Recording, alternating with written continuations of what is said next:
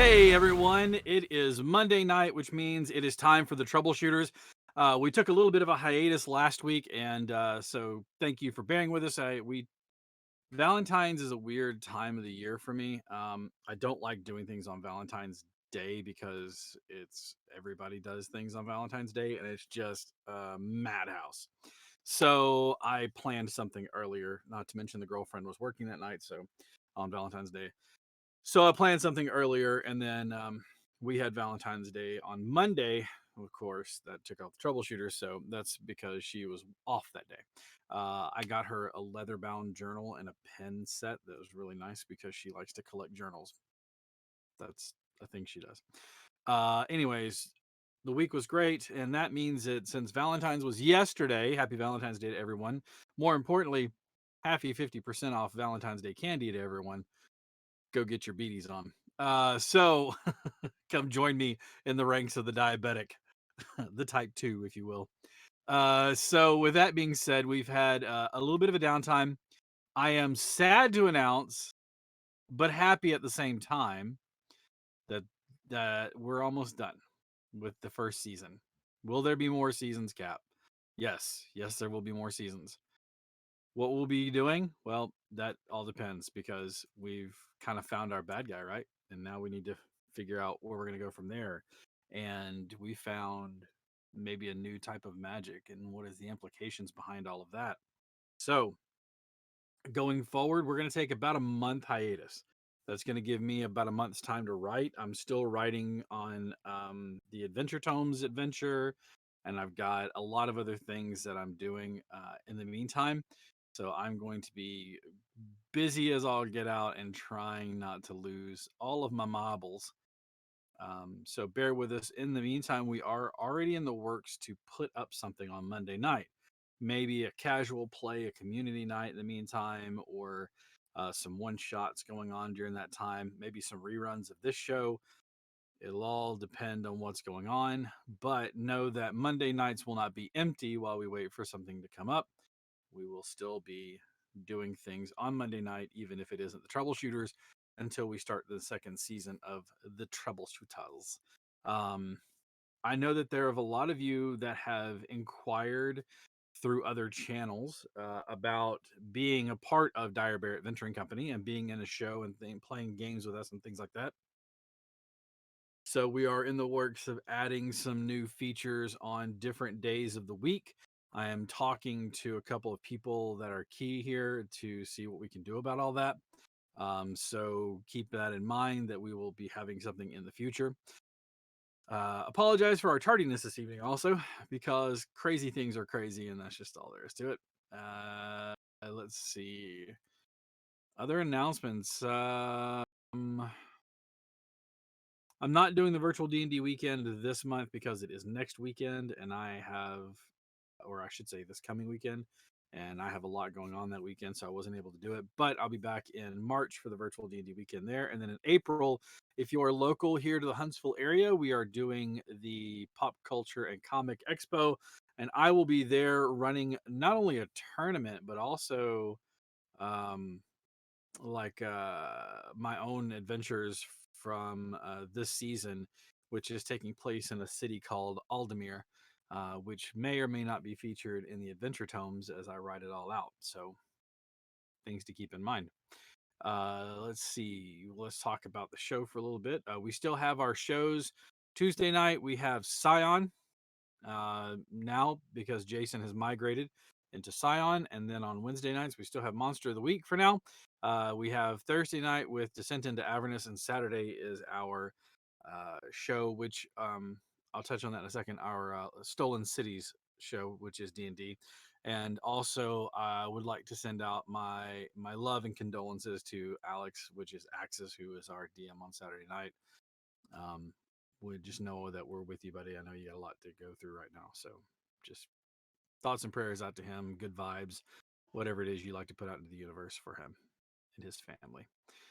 Okay, cool. I just minimized everything and that was not good.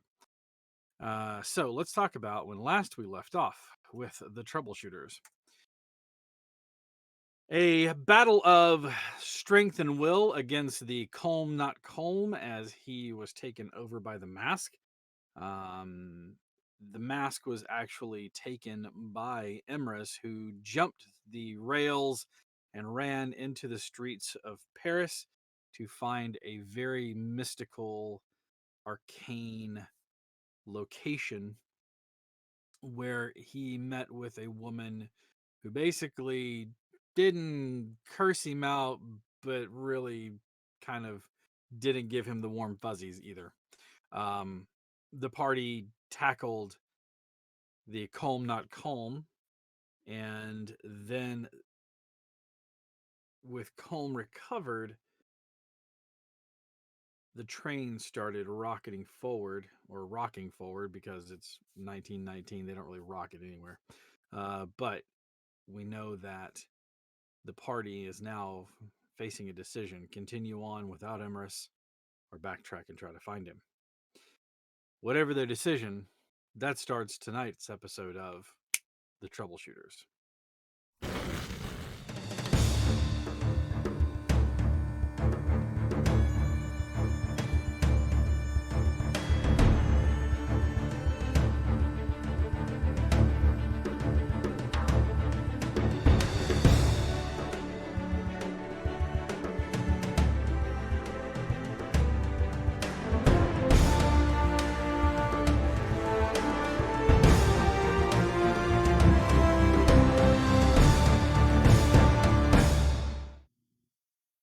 Welcome back, everyone. As you can see, our beloved Voodoo is out saving lives and doing everything, responding as is the case, riding the back of the dangerous ambulance. And tonight, guys, I don't know what you prescribe to as far as, um, like I said, the good vibe or thoughts and prayers or anything else like that. But especially tonight with Voodoo, this area is under a winter storm warning. The temperature is low enough that it's not snowing, but it's been raining today, and the temperature is going to drop overnight, which means the roads are going to be icy. And I just want to make sure that that our Voodoo comes back to us safe. Um, I hope yeah. the same, but also I will not say the cursed word that we have been told not to say. hmm So I hope she has a I safe will say, evening. I hope she has a safe evening, and I am happy to announce that she and I are more neighbors than before. She didn't live too far from me, but now she literally lives like 2 blocks up and like half a block over. So she's literally just like right there. She sent me a picture the other day. She's like, "Hey, neighbor."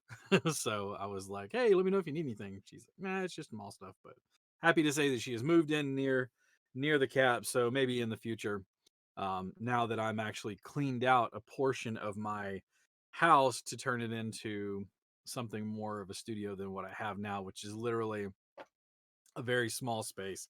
Like if I stretch my arms out, my fingertips can touch both walls of my studio space. It's very small in here. However, it works well for sound and everything else like that. But uh, there we go. Yes, we do love the unicorn headphones. They are they're just rocking it this evening. I love them and they light up. That's fantastic. And your sound quality is so much. It's nice. We can hear you, right? That's because I'm using my computer. Hey, hey. Oh, they do light up. They're all blinky blinky. Oh, that's even better now. Uh she was even more of a she's even more of a unicorn now than she was before. That's a joke that you and I will keep to ourselves. Okay, well, for those lovely headphones, Lysandra has a luck point to start the evening. Yay! Thank you. And that's where Given just like froths at the mouth and just falls over. You know, All you joke, but that's probably what's happening. right. Was that Avatar: The Last Airbender, where he like frost in the This mouth and just falls over. cabbages. Yep. Yes. All right. Well. Okay, so you guys, Emrys. The wizened old lady just stares at you, looking with a sneer of disgust at the mask.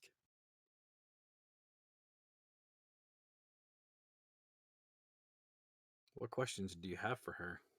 I remember last time she did mention that she may know a way to put it in something to seal it, at least, so it doesn't have any reach.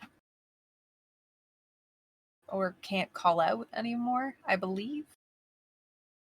Right, so that way it can't kind of like leak Yeah. out through things. Because that was it the is- main thing. My main thing and was want to yeah, and seal it's it. definitely a powerful enough thing that you want to make sure it doesn't slip into the wrong hands. Thank you, Yeah. just enough wrong. That is exactly the thing I was thinking of. She kind of eyes you for a moment. You're going to want a box, and you're going to want arcane locks. You will need a particular sort of item. I may have such a thing. It will not come cheaply, as you understand. But Of course, where did you get this thing? It's a Um, crafted item. we how does one simply put it? We took it from a family that was not using it That's one way to put it. safely. Family that isn't using it. Well, they were using it, but not correctly. So I figured the best thing to do would be take it. Chop it into bits and burn it. Is that possible? I don't know. Do I look like an expert in arcane masks of an unknown origin? We haven't. I don't think we've actually tried that. I'll put it down on our counter. You telling me that you find a weird mask that has powers by way of contract and you don't think to destroy it? You think, I know, I'll find an old woman who will seal it in a box and lock it away? I'll be honest. I'm not really the magically inclined. Yes, this is evidenced by the fact that you brought me this thing. That's it. It doesn't matter.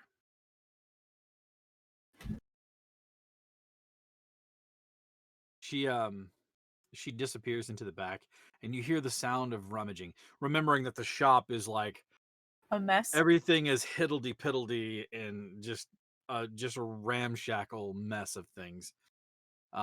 She comes out, and you see her carrying like 3 different boxes that look like they would be nesting boxes, but they're different, different shapes and sizes. The first one she looks at, and she just hucks it over her shoulder. You hear it clatter into something behind her. Other things clatter down, and she's like, "Meh." She puts the next ones on there, and she opens them up individually, looking at them so that the lids are open towards you. The mask is between you and the boxes, and she's like looking through each one of the boxes. You see her take one of them, and she goes, and just kind of like tosses it to the side. She likes to look inside the other one. She goes, yes, yes. This one will work nicely. It will need, and then she starts to like move it over the mask. She keeps everything hovering over it. She doesn't want to get near it, but she's like, I think Sizing that it. this one will work nicely. It's a nice proportion for thickness. It has the depth and the width and the length that you need. And now all I need to is seal the magic within by writing arcane runes. You said you are not magically inclined, no? A little bit, but not But do well. you have, or do you have blood within your veins, or do you run on like sand or something? No, I have blood. Excellent. That will do. Let me see your hand. Just Uh, awkwardly hold it out to her. and quick as a whip, she pulls out a hat pin and sticks you in the hand. Not gently, just boom! Blood wells up on your finger, and she takes and like uses your finger, and she starts drawing sigils on the inside of the box. I love her. The Okay. bottom, the lid, on each one of the sides. Relax your arm, or I will take it off. No. Yes, Okay. I can see that you are particularly attached. And then she starts writing these sigils in there.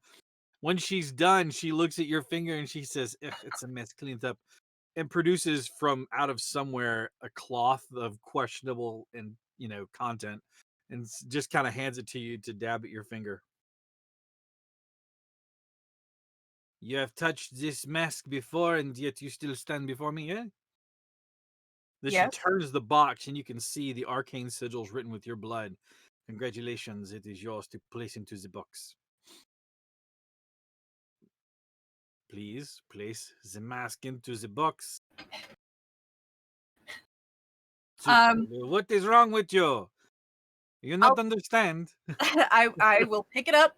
It's still wrapped in some clothing, so I'll pick it up by the edges with the clothing, and I will slip it into the like box, but like flip it remove over it in there. from the clothing, kind of thing. Yeah. You just kind of like flip it in there. Yeah. As soon as you do, she like slams it shut and leans heavily on it. She pulls the latch over because it has one of those little hook latches where you can pull it and then put a lock in there. Latches, and then she starts muttering something and she moves her hands around the edges of the box. You see the lid glow a soft green color. You hear the sound of many locks click, click, click, click, click, click, click, all setting into place. She then hands it to you. It will perfect. It will not be easily opened. I would say to find a lock that you trust on the front of it. I did not say that it cannot be opened. It just will not be easily opened. Okay. So, congratulations. It is your responsibility once again. And the binding on there. I'm so sorry, Shari, but it is bound to your blood. Okay. Upside, if the box is opened, you will be aware of it. Painfully so. Painfully so. Did I stutter? No, painfully so. You understand the common tongue, yes? Yes. Then painfully does not change between English. No, Unless you I know that, but is it like mentally painful? Is it physically painful? Is it going to drain my blood from my body? I will have to write the sigil to do that. No, it's the physical pain. You will what? I didn't plan on giving you ideas. No, not you. It's a little too late. I don't want to open the box right now. It is rather painful, and then I would not have any more blood to do that. Anyways, it doesn't matter. You will be very well aware of anyone who opens the box. Perfect. Thank you. Oh, not the word I would choose, but and she pushes it. She holds on. She puts her hands on the box. She says, Would you think there's something for nothing?" No, I was just about to ask what would you like? Money is not a problem. I want something else, something more dear to you. She holds the hat pin up again. One more time. Am I allowed to know what you want it for? Yes, you are allowed to know. The blood of somebody who is not tied to the magic can sometimes be powerful to unlock. So, I will use your blood to do such things as that. Don't worry, they will not cause you pain. That I'm aware of. That I care. Unless you have something else that you are willing to part with. Trying to think if I do. That's a good question. Yeah. Probably not. Well, the only other thing I'd be able to offer you is my services, but I'm skilled in multiple things. She holds the hat pin. What sort of services? I am skilled in forgeries of sorts. I'm also not entirely what I appear.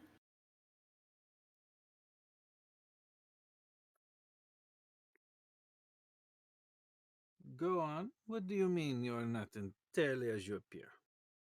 There is no magic on you that causes you to disguise yourself.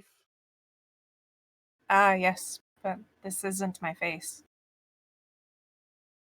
Did you steal it from someone else and sew it on? It's a good job. I can see the stitches. No, I borrowed it. I think he's a tourist. Did you? You literally borrowed his face, and he's walking around this faceless thing. No, he still has it. You confound me more. This is interesting. The only thing is I can't show her without a long rest. Well, for the story, we can. Okay. Then if I can, I will do my best to mimic her appearance.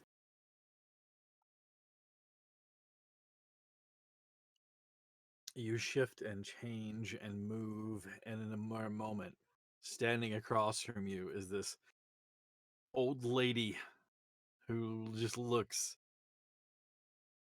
identical to the one, I mean, it's like a twin. She just she looks wide-eyed and she says, "Yes, I believe your services will be enough. I do have need of you. One moment." And she disappears again into the back room, and she comes back. There is a rival of mine. For a long time has been a thorn in my side. Perhaps it is time to bury the hatchet. She thinks I am this doddering old fool. Perhaps you will give her a gift? And she holds up a very plain looking crystal ball. Remember the juggling ball from Labyrinth that Jared was always playing with? It looks like one of those. Okay. It's a clear crystal glass. Then she hands you a card. It's a battered, tattered looking thing. The address is nearly faded. It looks like it's another shop in the same rue, so the same street. Maybe about 10 doors down, according to the numbering that you see here. Okay. It has no name on it. It's just that shop number, and delivers this to the Madame there, or one of her sisters, if you will. Que magnifique. Should I be aware of what this is before walking into something? Do you want to know? I guess I'll wait and see. Is probably for the best. Now, and don't forget your box of dangerous mask. That is yours to keep. Yes. Thank you. Are you going to go as me? Prefer I didn't? Of course, I will not. I And am tempted to see what they would say if you showed up as me. To offer them this gift. And then... well, the outcome. Anyways, off you go. Farewell. Au revoir. I will gather everything up, and I won't deliver the crystal ball right away because just a little bit of a break, and I'd like to think that Paris is my home, and I might have a place to stay here. With the train being rocked back and forth by all of the magic being hurled back and forth, the train is stopped not very far outside of the station itself, just at the edge of it hadn't even gotten fully out of Paris. It was like out of the station and on its way. You see several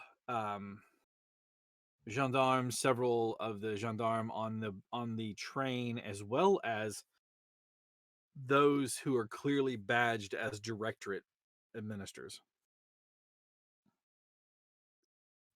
They are moving to your car as quickly as possible. Colm stands and kind of dusts himself off. You watch as he kind of like adjusts his coat and then pins his directorate badge clearly on his chest.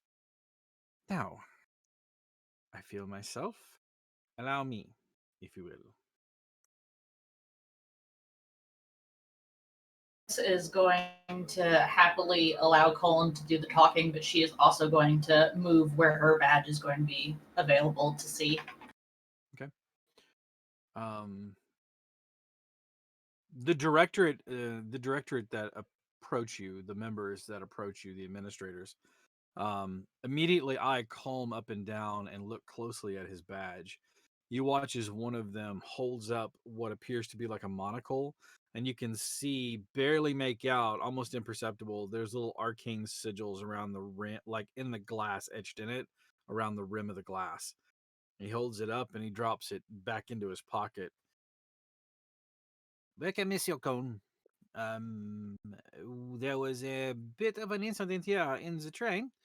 Would you happen to know anything about it? And he kind of looks past Calm like he's talking to you two, or you three. Voodoo seems to be very quiet, or excuse me, Gej seems to be very quiet this evening.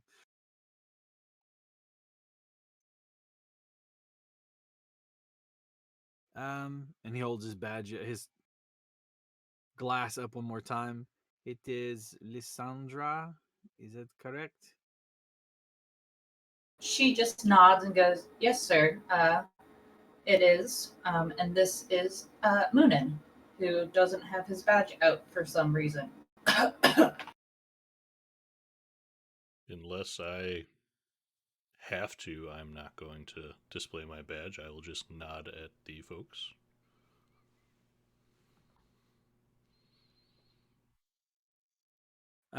Would you like to explain to us what happened here this evening? There was apparently, from some witnesses, an altercation.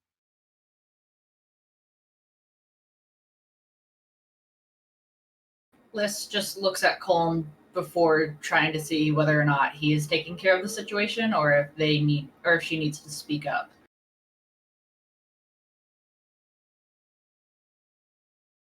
So, I'm sorry, say that one more time. I said Liz would look at Colm and see whether or not he is taking care of the situation, or if she needs to speak up. Okay. Colm steps in front and says, "Kerfuffle," and you watch as the directorate administrator holds his hand up. I was asking of the young lady what occurred here this evening. One moment. Monsieur, are you part of the entourage? Yes. Do you have your badge? And Or are you a directorate member? I will pull the badge out of my vest and hold it up. He holds his monocle up again. Very and I well. put it back in my vest. You watch as he takes out a notepad and he pulls a pen, and then he kind of sets them off to the side and they float in the air. Please begin. Liz looks for a second, trying to figure out. She has like a look of like how much information is she going to tell, but she starts off slowly and she goes, "There was an altercation with an artifact that we found, but I'm 98% sure that everything is all right now." As you speak, the pen starts writing on its own with the journal with the notepad floating in the air next to it. When you say an altercation with an artifact, do you have the artifact or has it been destroyed at this time? She just like takes a deep breath in and looks at Gedge, and she goes, "I'm 98% sure that it has been dealt with." That does not answer the question that I have asked. Do you have the artifact? Oui or non? To Uh, my understanding, the artifact is on its way to be taken care of. we have one more party member who is taking care of it. They had no issue with the artifact, which is why they currently have it. We figured taking care of it away from the train was probably the best course of action. You are to tell me that the artifact with which started a magical battle here in the streets of Paris on a train has slipped your care and is in the hands of an unknown entity that may or may not be a part of the director directly. Is that what I am to understand?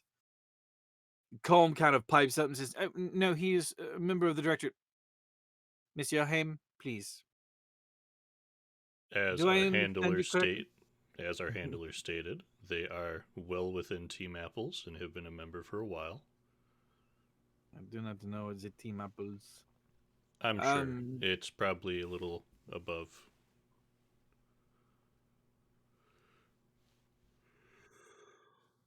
Do you understand that I am an administrator for the directorate? I am directly responsible for all of the Paris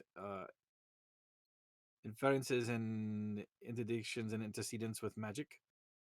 You should probably There, ask somebody then.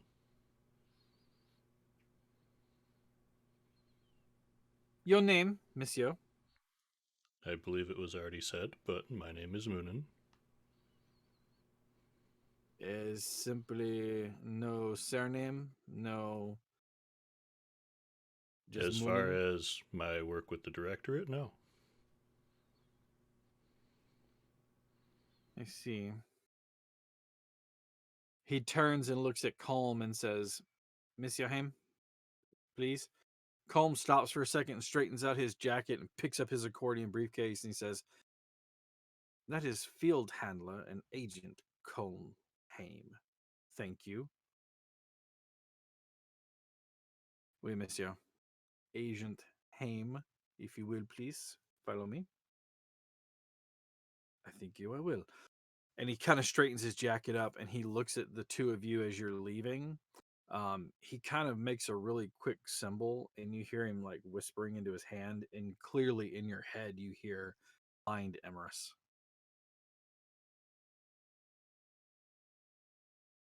I don't know how this works, but if I can respond, I will say we're on it and I will start to leave.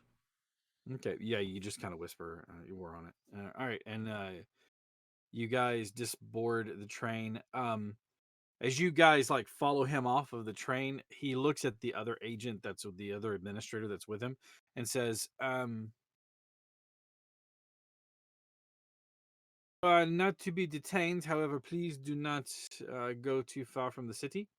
And you watch as the other one, who's kind of the first one you're talking to, he's kind of thin but tall.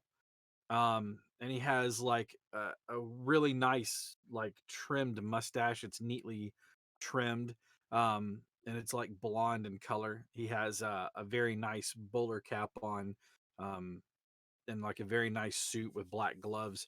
He looks at the other agent who seems to be like, where this guy's suit looks tailored, this guy looks like his was bought off of the shelf and they tried to find the biggest one they can.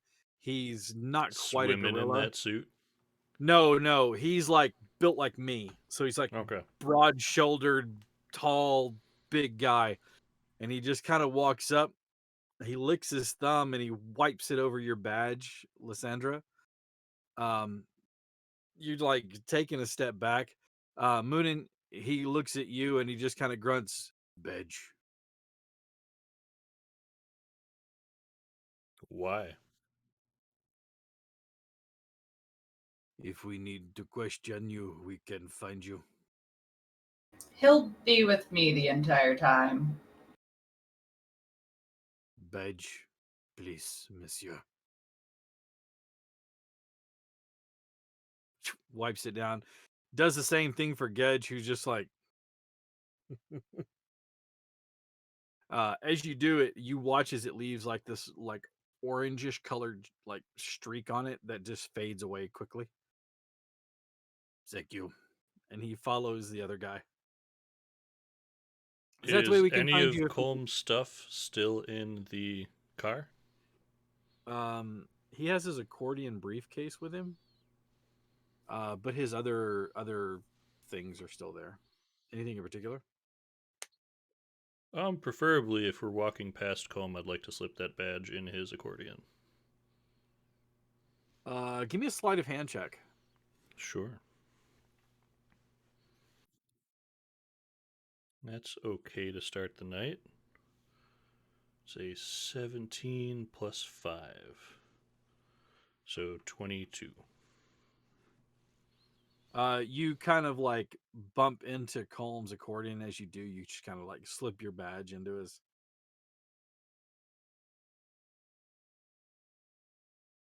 Slip your bag into his accordion. Sorry, slip your badge into his accordion briefcase. It kind of just like, it's one of those things you don't know which pocket it ended up in, but it will track wherever that thing is at.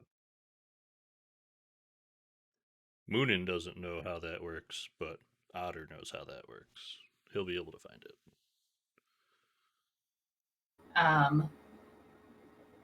Liz would have looked at Gedge after the rest of the directorate has left and asked for the note that Emerus gave to see, because it had a meeting place on it. So she would try to, I assume Emerus wrote it in either Common or German, since nobody else speaks French. Well, I think Gedge speaks French. But, Gedge speaks French. Yeah. No, so, he would have written it in Common. Yeah, so she looks at it and she goes, I guess we're gonna have to try and find this place. So let's go see where it is. Emerus, you have had a long-standing, like flat, basically. Yeah. A very simple affair. It's one that is it's beautiful in that it is this old world, French architecture. And you can, returning to it, it's like almost a familial place. It's built on one of the corner buildings, so it has that wonderful triangular curved walls and everything. Yeah. And that would have been probably the place that you told them to meet you.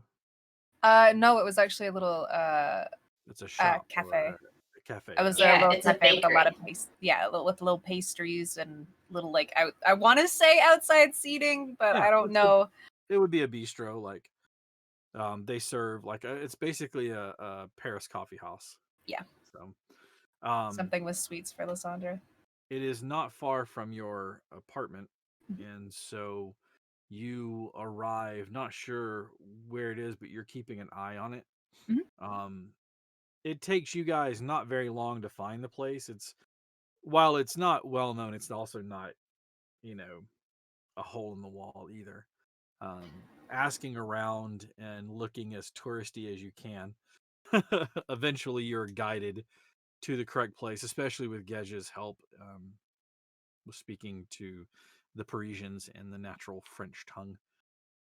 As soon as they get close enough for Liz to realize that it's a bakery, she's gonna go, that sweet French man. He's the only one that I like. The only Frenchman worth a damn. You can see them approaching the shop, and Okay. so you head out towards them. I want to say that I'm still not the regular Emerus appearance. You are still the old lady appearance. Sure, we'll do that. If I can This'll stay be in that. fun. Yeah, except I am wearing Gej's scarf that he gave me. So there's at least that. It's me, guys, I swear. All right. As you are sitting down and they are taking your order, Gej helping you order, different things, a cafe au lait and all these other wonderful treats. You watch as this like wizened old lady approaches you. Um, are you carrying either of the items? Okay. Uh, no, I would have left them back at the flat for now. Okay. I'll deal with what she asked me for later. All right. As soon as Liz sees Gej's scarf, she's gonna like move her hand towards her back because that's where her sword is, and she's gonna say "Hey" in Norwegian to get Moonen's attention. You watch as this old lady, kind of hunched and moving a little faster than you would expect, approaches the shop. You can see that she is dressed in kind of a plain affair. It actually looks very outdated. It looks more like just post-revolutionary than current attire. This big, like what probably once was a voluminous dress. It looks like it's frailed and frayed and tired. Um, you can see as this lady approaches, um, you see the scarf, Gej's scarf, wrapped around the neck of the old lady. It's a fine scarf you have yourself there. Where'd you come across that? I got it from a friend. Please don't worry, it's just a skill I have. And you are?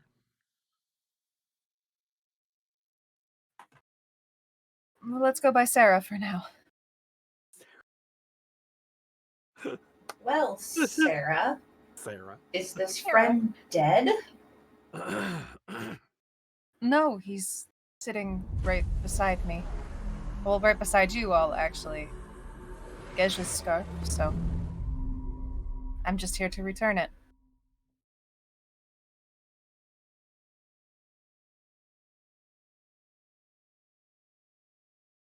Though what I came here to do has been done. I just can't return to a face you recognize right away. Liz nods her head and just goes, "Okay. At the moment, we are currently being tracked, and we were told to come get you. So if there is nothing else that needs to be done in Paris, then we should probably be on our way." You guys are being tracked. Being tracked by who? There was The people that we work for. There was a little bit of pushback for the chaos on the train. Just a little. little bit And What chaos? Because Everest wasn't there for that. no. So Right. Let's You know go that- over that again.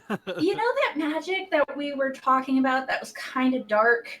Yeah, that had to get used for our sweet cinnamon bun. But everything is all right now, other than that particular train car. I may have shot him a few times, but he's doing all right.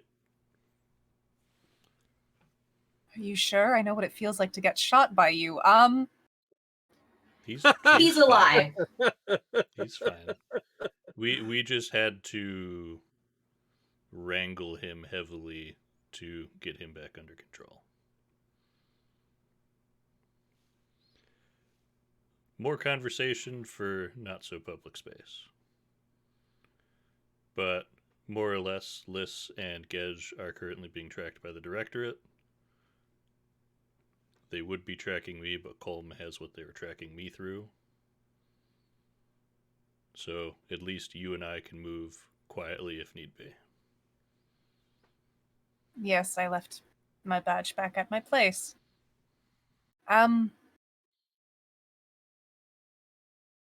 Liz goes, well, they had to lick your badge, so even if you just left it somewhere, I'm sure it would be fine.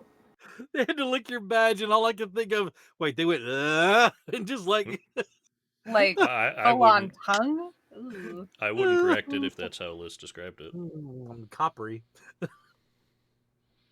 Like I know everybody has their own thing, but I don't. That This doesn't one- It sound healthy. caught me off guard. It's not even like a single. It's like, For science. science. You heard something completely different from lick your badge. Naughty.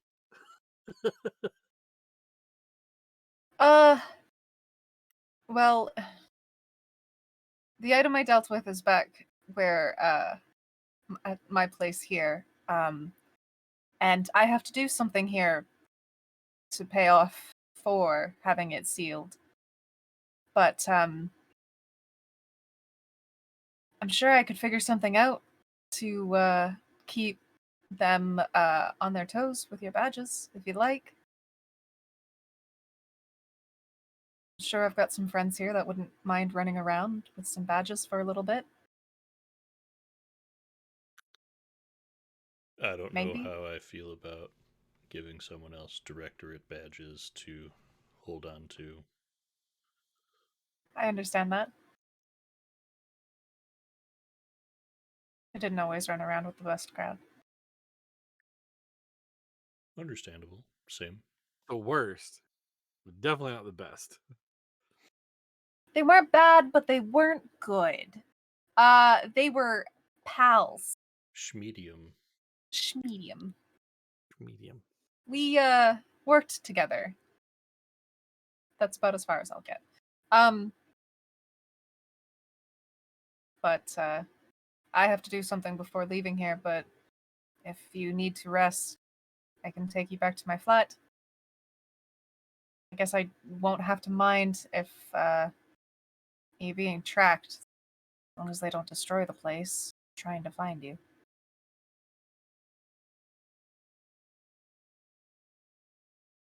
It's going to be a fun thought when that guy realizes one of the badges is just gone. Eh, we'll get there when we get there. A nap would be great.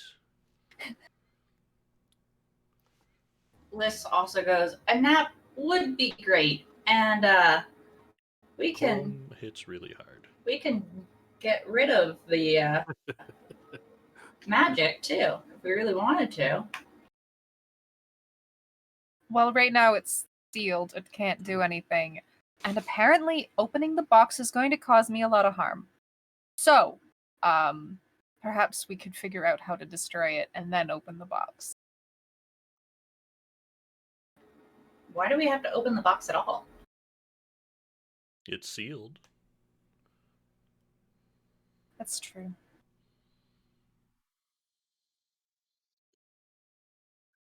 I was talking about dispelling this magic, and she like rubs her hand against the badge.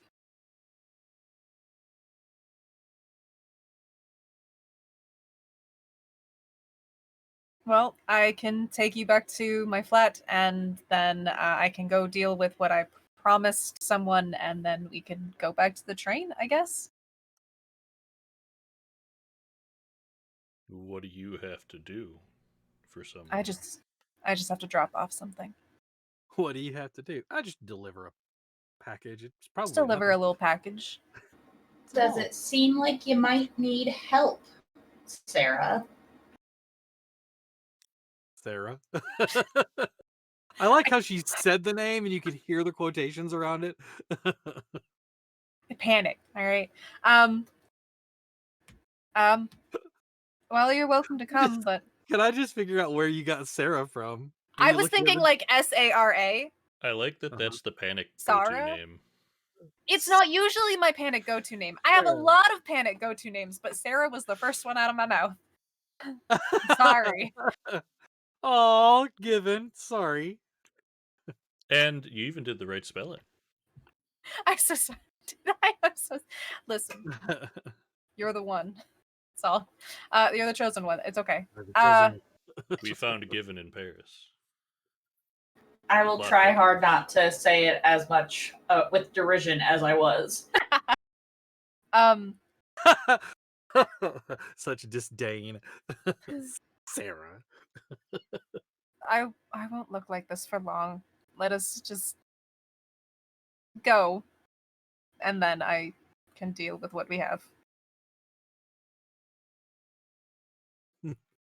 All right, so heading back towards the place, paying for your food, and then heading out. Yep, what's up? Before leaving, can she try casting dispel magic on the badge? Yes, you'll roll a d20 and add your spell casting modifier, so your wisdom modifier.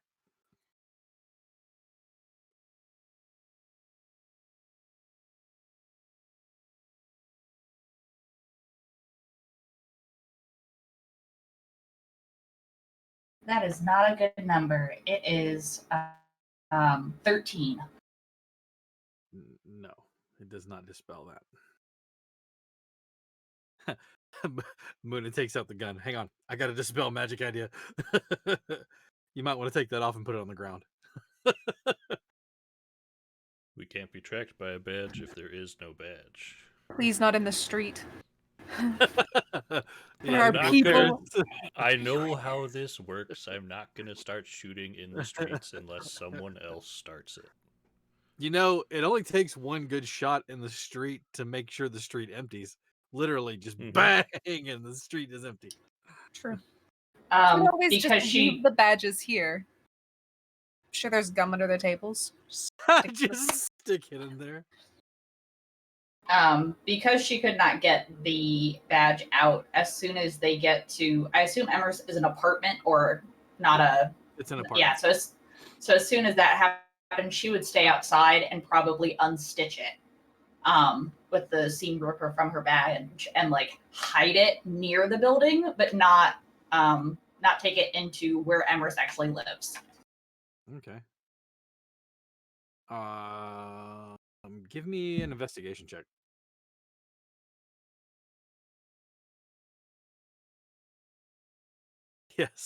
Yes, Moonin fights with the power of friendship and this gun that he found. Actually, the gun that he was That's given. a 2. You find what you think is a pretty good hiding spot. These guns are a gift from my mother.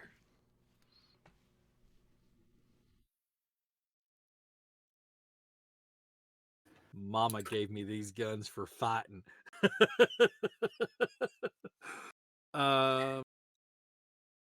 So yeah, you think you found a pretty good hiding spot. Also, Can I think that dice needs to go away now. That's 2 really bad rolls in a row. Would I have seen her like stopping before getting too close? I mean, if she was being obvious about it. Yeah, I mean, she would have sat down on like the stoop and like pulled a seam ripper unstitched. out, started Yeah, unsticking. like Yeah, that's it would kind be of like a something you would couple of minute notice. process. Emrys continues on, stops. We're missing one. Turns around.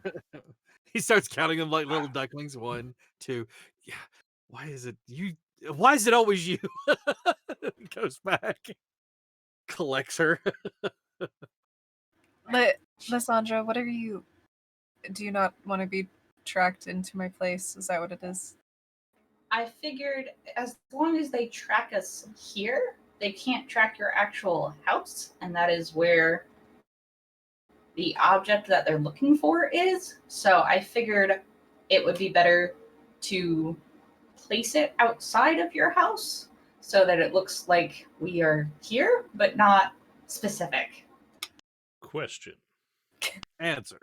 I don't know how you have taken care of this object, but would they be able to still detect it in whatever way you took care of it? Do we have to hide it that hard, or is like, I don't know how this works, and I'm going to kind of look at Liz. Can we see if like we can detect it in some way? Emrys just like, I put it under my bed. It's just So in you're a trying box to, under the I mattress. mean, you don't know. You don't know what was done, so. I don't know. Yeah, Liz is like, I deal with the dead. I don't, and the living. I don't deal with normal tracking magic. Why would I Well- ever have a need for that? And then she looks over at Gedge and is all like, give me your whatever it's on so that she can take Gedge's from him as well. Well, not so much tracking magic, but like, can you detect if something is magical? And I'll look at Liz and Gej. Oh, so you're asking basically if they have the detect magic spell Yes, without doing without exactly that. metagaming. Yes. Hang on a Yes. second. The answer is yes. She can do the detect magic. She does not have that available at the moment, but she does have it as a spell. Okay, so The nap. theoretically, we could check if, however, Emrys has taken care of the object. Oh, yep. Do you have it prepared at all? Oh, okay. Never mind. Let me take a look at something real quick. Sure. Well, while you're looking, we could see if, however, it was taken care of, is at least enough to obscure them from seeing it. If it does not, if it no longer pings of magic, I guess it would. That's a cute teacup or teapot. Sorry. Yeah. Just white. I know, it's so nice. This then looks at Moonin and goes, and then she looks at Moonin and then she looks at Emerus and she looks at the place and she assumes it looks like a nice place, but she also knows that Emerus is on this team for a reason and they are probably a dangerous person to be with. So I assume that the rest of this apartment is also a dangerous place to be with. And she just looks at Moonin and goes, I doubt it's the only magical item. They would have to tear the apartment apart or this whole apartment apart. So I think it would be fine. Yes. But if it doesn't show up as magic, it will be far further down the list of things they look at if they do come here. True. And after our nap, after, I don't really nap, but, after our rest, I will be able to tell you what it is, but I can't currently do that. That's fine. I was just brainstorming. All right. So getting back into the apartment, and it's it's a really nice apartment. Like it's not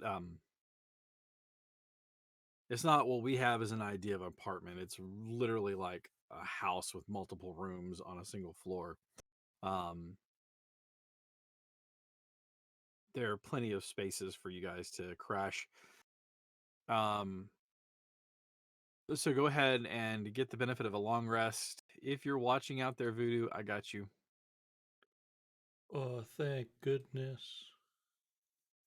Yeah, I figured you probably needed that.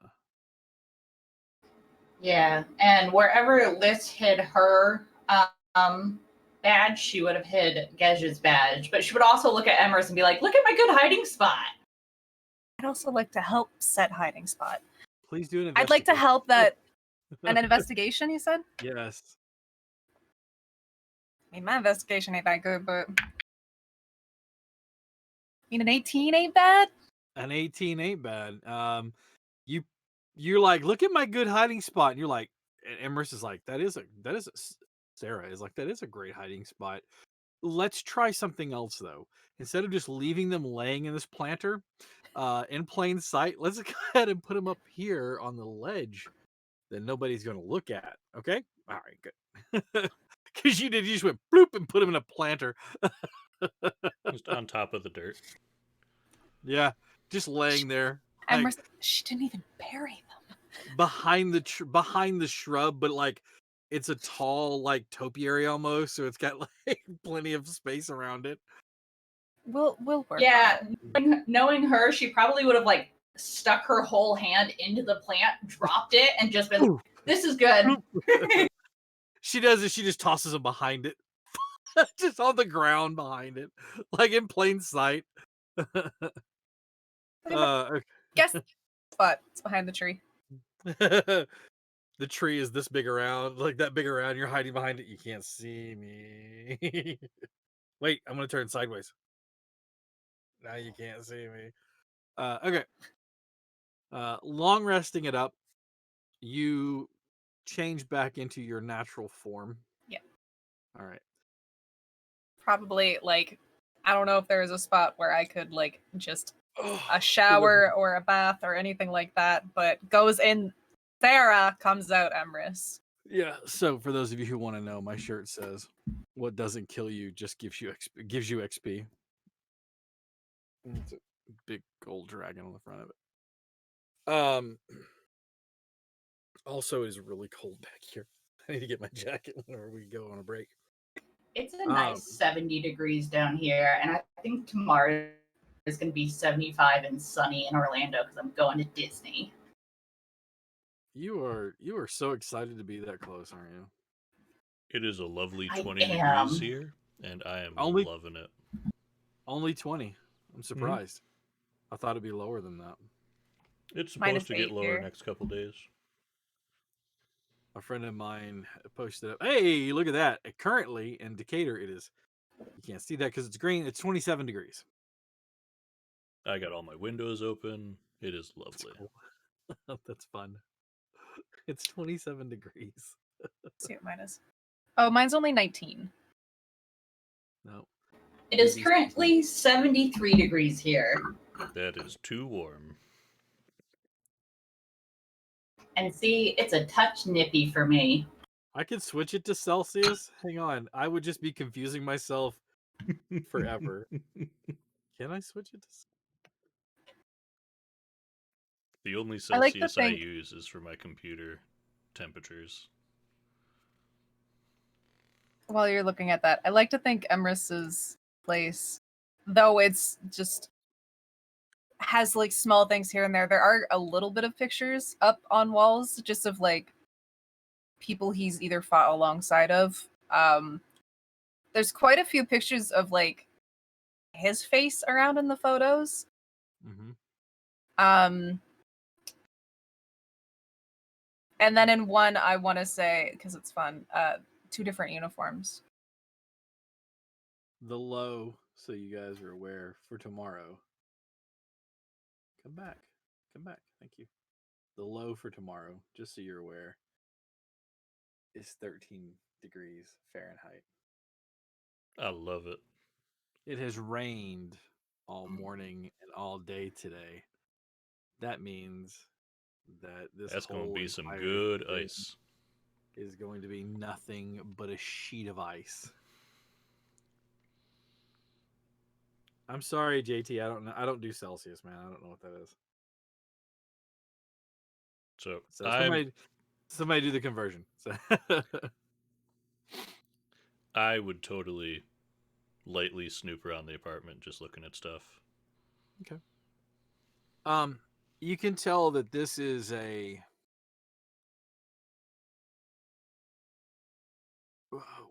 actually with your background and history, this wouldn't be familial. It would be yours because your family is meh. So this is an apartment of someone who has taste, but you can see that it's kind of a mix of different styles. Like there's a very It's classic looking eclectic. style. Yes. It has a very classic looking style to it, but you also see like the severity of someone who is not used to having a lot of things. So it is sparsely decorated, I would assume. Mhm. But not lavish at all. Very very functional, but very uniquely and very tastefully functional looking. Let's say we don't know a ton about Emrys, so I'm just kind of curiously poking around. Not going Sure. through shit, but just looking around. Yeah, you're not like opening stuff up. What you got Lots of here? pictures. Liz would assume that you probably have like poison making books on your shelf, so she would just kind of like go and like kind of rifle through your books and like pick one up and be like, "Can I?" And then like, no matter what you said, she's still going to take it and read it. I want to say there's a book on poisonous plants, but not on making. Yeah, that's fine. She's interested in herbs and things of that nature, so she would still be like, "Oh, plants. Okay, I'm taking this." The book is titled "Can I Eat This?" Easy. Or should I eat this? should I eat this? A pictorial guide. Now, Mhm. is it poisonous or can it be made into a delectable tea? Yes. Which bottle is it going to go in for Liz? Is it going to go in a nice, like, green bottle, or is it going to go in, a very dark bottle? Will this tea kill me? Yeah. Cool. You have some wonderful teas. I'm imagining like you have a bunch of loose leaf teas and they're looking through them and you're like, "Oh, this one's wonderful. It tastes like it has hints of hibiscus and blueberry. This one, oh yeah, we don't drink this one." And then there's this one. That one's got a red dot on it. Not Will tea. this yeah, you've got little colored dot like paint dollops on each one of them. You're like, It's just red and uh, green. Yes, no. Easy. it's not even like a whole chart or anything, just red Nope. or green. Red or green. Yes or What's the no. red mean? What's the red mean? Oh, right. The red Death. means it tastes like strawberries, and then you stop tasting things. You taste strawberries before you taste nothing. To correct my earlier statement, it is negative 2.8 degrees Celsius right now. Okay. It's There colder you than go. me. Really? I'm only negative 19. And mine, I'm negative 2.8 Celsius. that's mine in Celsius. Oh. Unless I put it on the wrong thing. Actually, sorry, not negative 19, negative 7. Still colder. You're colder than I am. Yeah. Just a little bit. Yeah, just a skosh. All right. Yeah. That guy, I don't have a brain. I I heard 2.8. Negative when he 2.8, said that's that- why. When he said that, I was like, no. No, you're colder. Okay.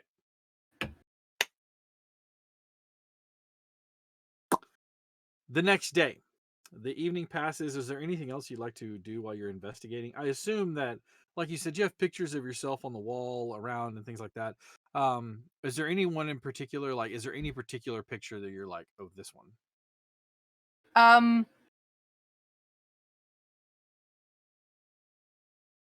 I want to say, like, looking in every picture, there is, like, it's a lot of familiar faces. Like, there's the same almost 5 to 6 people in every one.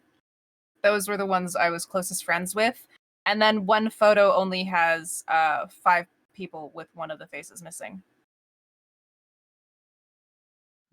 Question for Emrys. Hmm. Are all of the photos of you the you we know?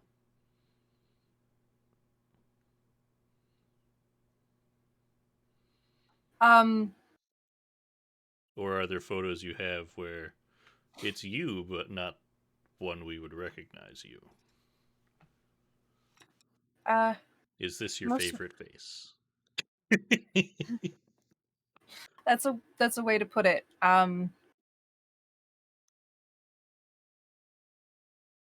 How to word it?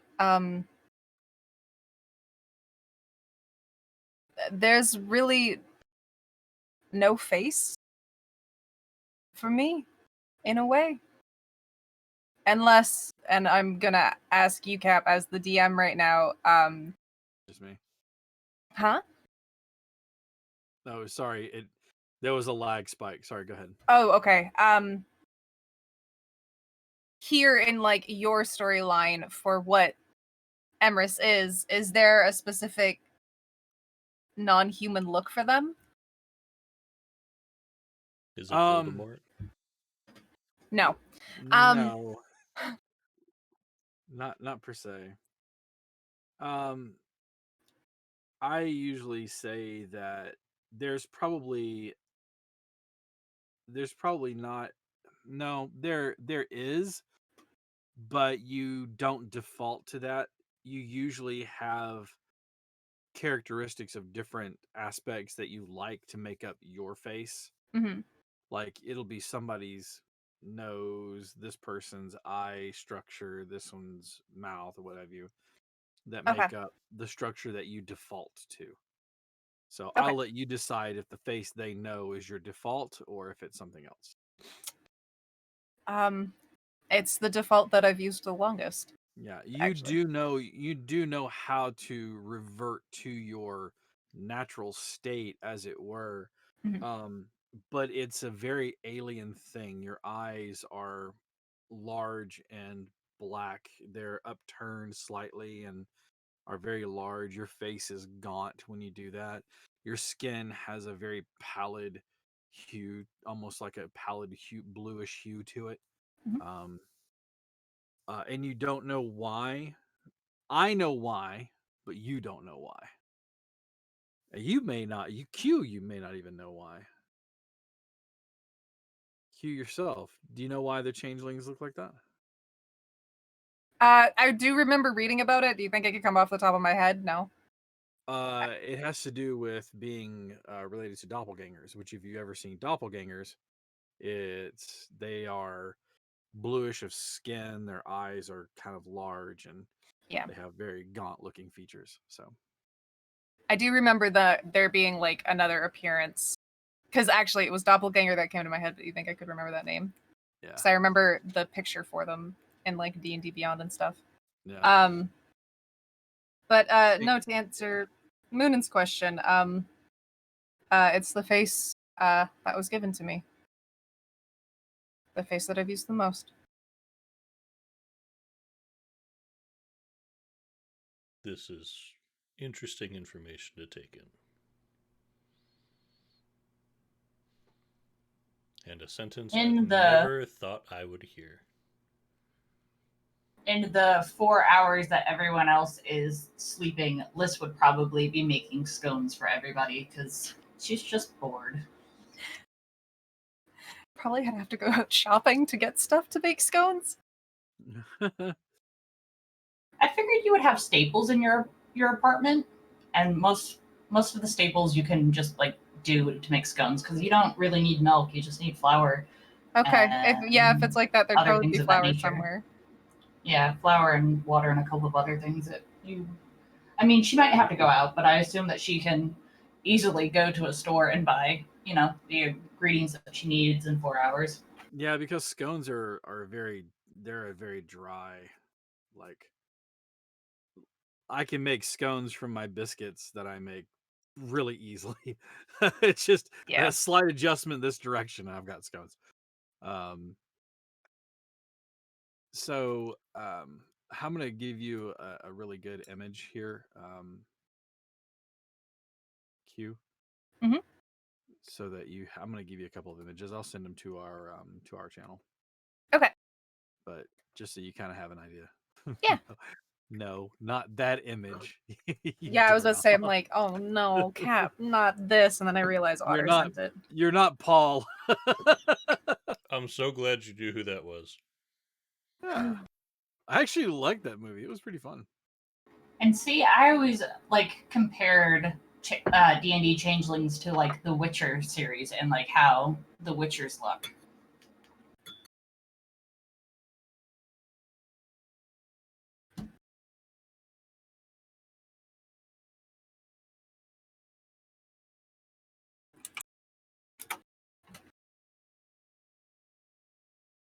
Oh yes.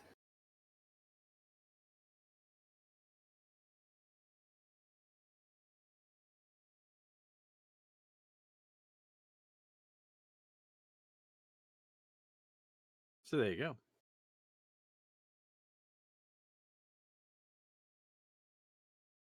None of the pictures would have that appearance in them. Yeah. So for those of you who want to know, it's a very white pallor. The eyes are almost white orbs in their head, very large. It's white, but it has kind of a bluish hue to it. Um, and their hair is usually non-colored as well. That was my foot. So that's what you would look like. But again, survival instinct being what it is, you have a kind of a default setting that you have adapted. Mhm. So, and yes, none of the pictures have your natural form in it. Okay. Yep, I was just curious if like the form changed, whether it not be the original form, just variations of the same face, or mostly the face you were given. I would think that it would be interesting because if you look at pictures of yourself Mm-hmm. when you were younger to now have changed, but you still see the resemblance and you can see you're aging through the years, right? Um, because the face is adapted from other looks, I would say that Emrys doesn't have that same effect. You know, it doesn't look the same, quite the same as you see older pictures. It's not, it's like finding an actress playing the younger version of a character that's older. They look kind of similar. Okay. Just curious about my friend. Uh, the face Emrys wears now, he'd pointed out in the pictures, the last photo that has this face but is missing a person, that photo with the same face is actually, he pointed out, as himself and not as the original one that had the face he uses now. Okay. He donned, little background thing for Emrys, telling the group, my friend passed in battle, but gave me permission to use his face if ever I needed, and I ended up donning it and never got rid of it.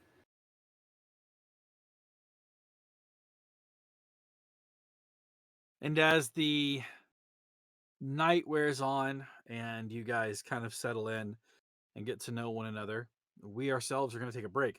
Give us about 10 minutes so we can stretch our legs, refill our drinks, and get up and wander around. Do me a favor, guys, if you will. Just enough wrong, little given. JT, Deca, if you guys would spread love in any social media that you can, that we are still live, still going strong. I would greatly appreciate it. Yes, you have a formal shape like Odo from Star Trek Deep Space Nine. That's a good enough. All right, give us 10 minutes. We'll see you back at about 35. Thank you guys so much. Don't go anywhere.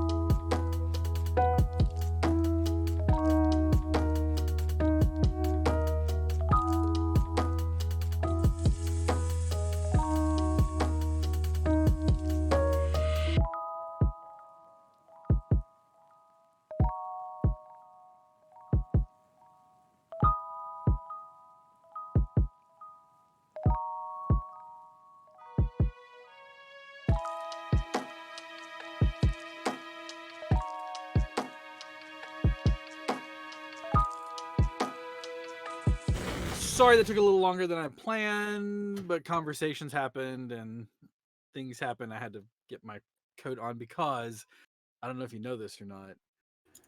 It is frigid past the point of separation of the testicles off a brazen amphitheoid. It's cold enough to freeze the balls off a brass monkey. So, anyways, uh, it is nice and chilly here. So I went and got on Colm's coat so that Man, could. I got my windows open. It is nice. You are a maniac, sir. I mean, I like the cold. Don't get me wrong. I'm not complaining that it's cold, but it's still cold. And I am a human being. I am not a polar bear like you are. It is so warm here that I have my fan on. That's disgusting. Thank you so much for the follow. One of the things I wanted to announce, and I forgot to do this at the very beginning of the show, so I want to make sure that we do it now because Otter and I put in a lot of hard work, meaning like 10 minutes, I think.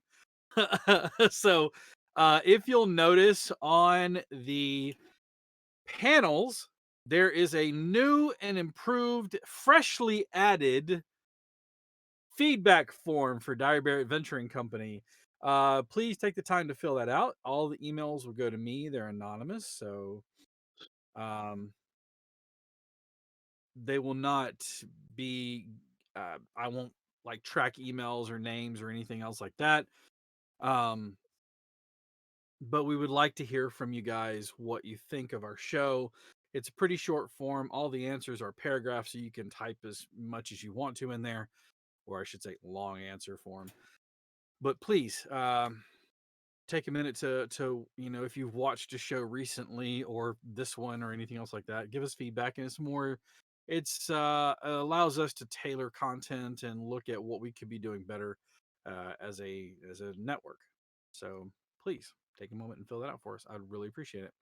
That, because I guess I like seeing email in my inbox. It's like when we were little and we get our first letter in the mail and we were just like so jazzed about it. Kind of that same thing. Now, as adults, you get excited when you get an email that's not spam. For I me, could actually lately, read this. Yeah, for me lately, I get excited when it's not related to one of the schools, That is fair. because I get like 8 emails a day from the schools, and it's usually like, because it's all the same district, it's like, this is a repeat of this, but how it affects this school. It's like, oh my god! And one of my kids is virtual completely, so it's like, it doesn't even matter. Which, by the way, I'm gonna bitch for a second before we get back into the game. It's supposed to be so cold that they're making all of the schools go virtual tomorrow. Why don't you just cancel them? Don't we have snow days for such a thing? I mean, don't be asses. I just realized that the virtualization of school just took away snow days, and that's upsetting. Unless you're me, you live in Texas where there's hurricane days. When I was your age, we had snow days. I remember though one year this winter was so bad where I am that we had so many snow days that they were talking about extending school into the summer Mm. just because the weather was so bad. Well, like, You And I know, think that's their fear about the snow days, especially right now. up So I here can is weird Yeah. with snow. Like because for you guys, you should have a snow day be that easy. But yeah, up here it's like, oh, it snowed like 6 feet. You can still get to work. yeah, sorry, I was like, wait, no, but I remember you're not in Texas. Texas, Nope. everything comes to a halt. no. Alabama, everything comes to a halt. And yeah, that happened a few years ago where they had to extend school because of how many days off, but it was due to hurricanes and snow. So My family live in the Houston area. I, of course, live in Alabama, but my family live in the Houston area, in and around there. My niece posted pictures of herself in the snow where she lived, and I'm like, Houston gets snow. Oh, that's not good. That's not good. This city doesn't prepare well for rain. I don't know what they would do for snow. So luckily, though, being Texas, I think most of it will probably melt away by the end of the day or tomorrow. So I Anyway, actually have a good friend who moved down to Texas, and the first year he was there, they had a snow, and he was out having fun in the snow in his car, Mhm. and got pulled over by a police officer because he was out messing around in the snow. And the officer, license and registration, and saw his license was from New York. And he stopped his whole spiel and he was like, you know what? Be safe. You know what you're doing. Have a good day. what?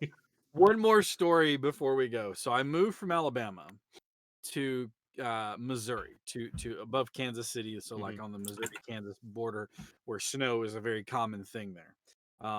Again, I lived in Alabama. We had snow that shut down the entire state, and it was like that much snow, but it was ice mixed in there. So I'm in Missouri, and it's like March, I want to say, like late March, not even early March, and it snowed, and it was only like a few inches. And I'm still in my pajamas, and my now ex goes, "What are you doing?" I was like, "Oh, it's snow outside. Don't you guys usually like shut down?" She proceeded to laugh at me for a good 3 minutes. She says, "You're in the north now. We don't we don't slow down for that much snow. That's not even a thing. We drive on that shit all the time." But yeah.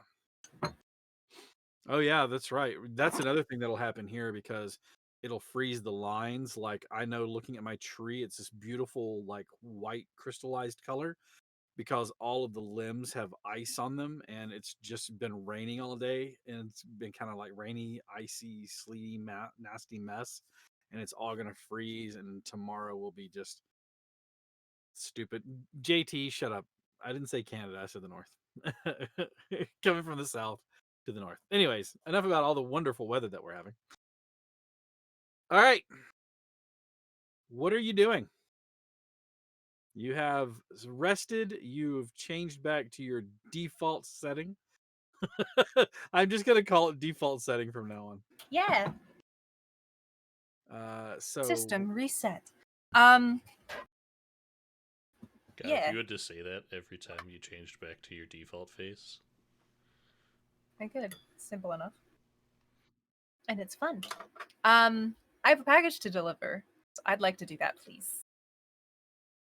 You're both welcome to come with me, but I would say leave the badges where they are for now. Mine's not here. Eyeing Gej and Lysandra like, we leave it. Don't take. Yeah, this wasn't gonna take her badge. You put it in a much better spot than she did. She's like, yeah, I would have never have even thought about putting it up there.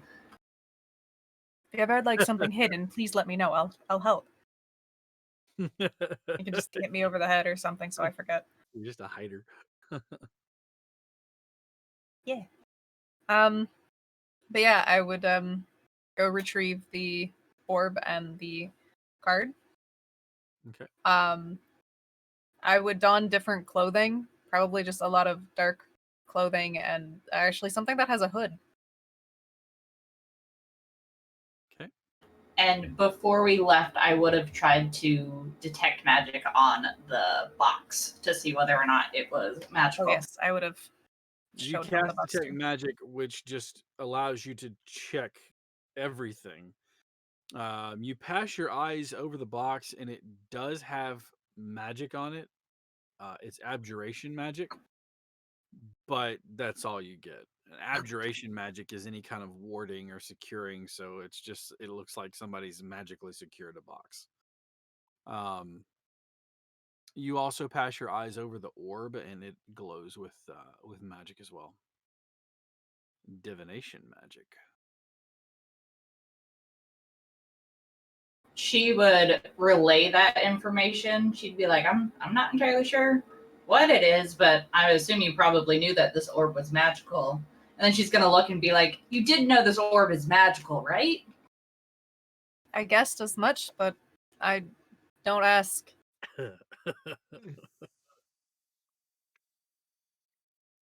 Okay. I had an idea, but what it does is none of my business. What it will do, it's none of my business. What it's gonna do What it's gonna is do, also none of your business. hell, it could burn the whole building down. This was the payment she asked for. That is true. All right. But So- you all don't have to enter the store with me, so I won't be long. Either way, This hopefully. just looks over at Adam and goes, well, Sarah, you know the macaroons yesterday that you made sure that we met at? That means that I get to go with you to make sure that, you know, you don't fucking die.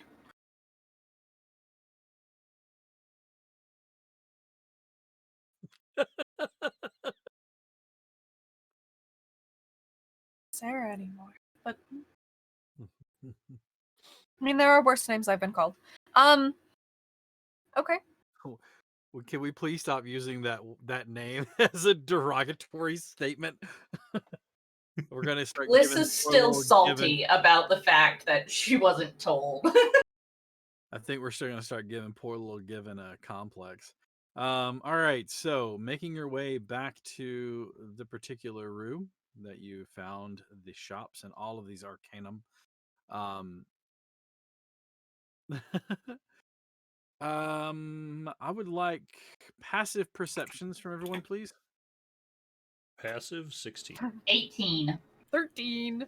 16, 13. Okay. And And Gej, Gej somehow has 19. yeah, Gej has a 19. You Oh. the 18 and 19, you notice there are a lot of clearly badged members of not only the gendarme, so the police, but also you see directorate, like different levels of them. So they work a lot like our FBI, where um, you have field agents, and then you have also operatives that are their job is to go out into the field with them and things like that. So you notice that a lot of them appear to be higher. There are a few that appear to be higher ranking, and then you see a few of them that would be like under them. Is this just on our walk to the shop, This or is this on outside of the? This is on the Rue Mystique, the rue where the street where you saw where yesterday, Emrys, you had found all those magic shops that deal with the arcane. That entire street seems to be a lot busier today than what it was yesterday with magistrate folk. Or directorate, I mean. Directorate folk. Well, I hope Combe is Liz taking is care going. of things on his side. Yeah.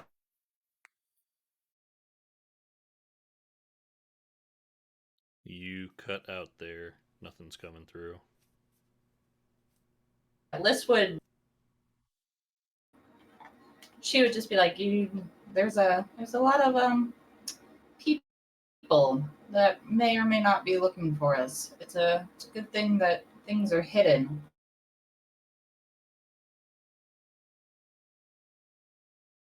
I'm going to pull my hat out of my bag and put my hat on. And she's gonna.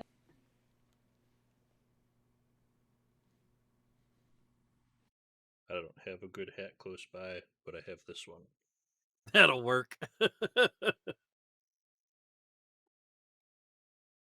Okay. So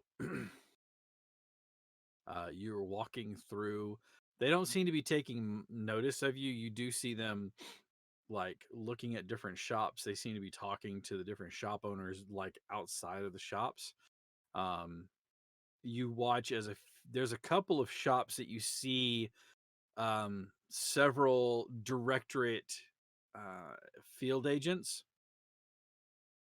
who are leaving shops with items and cages or boxes of materials. Clearly, you get the understanding that these are probably not supposed to be had, you know. Looking at the address, you find the shop that is there.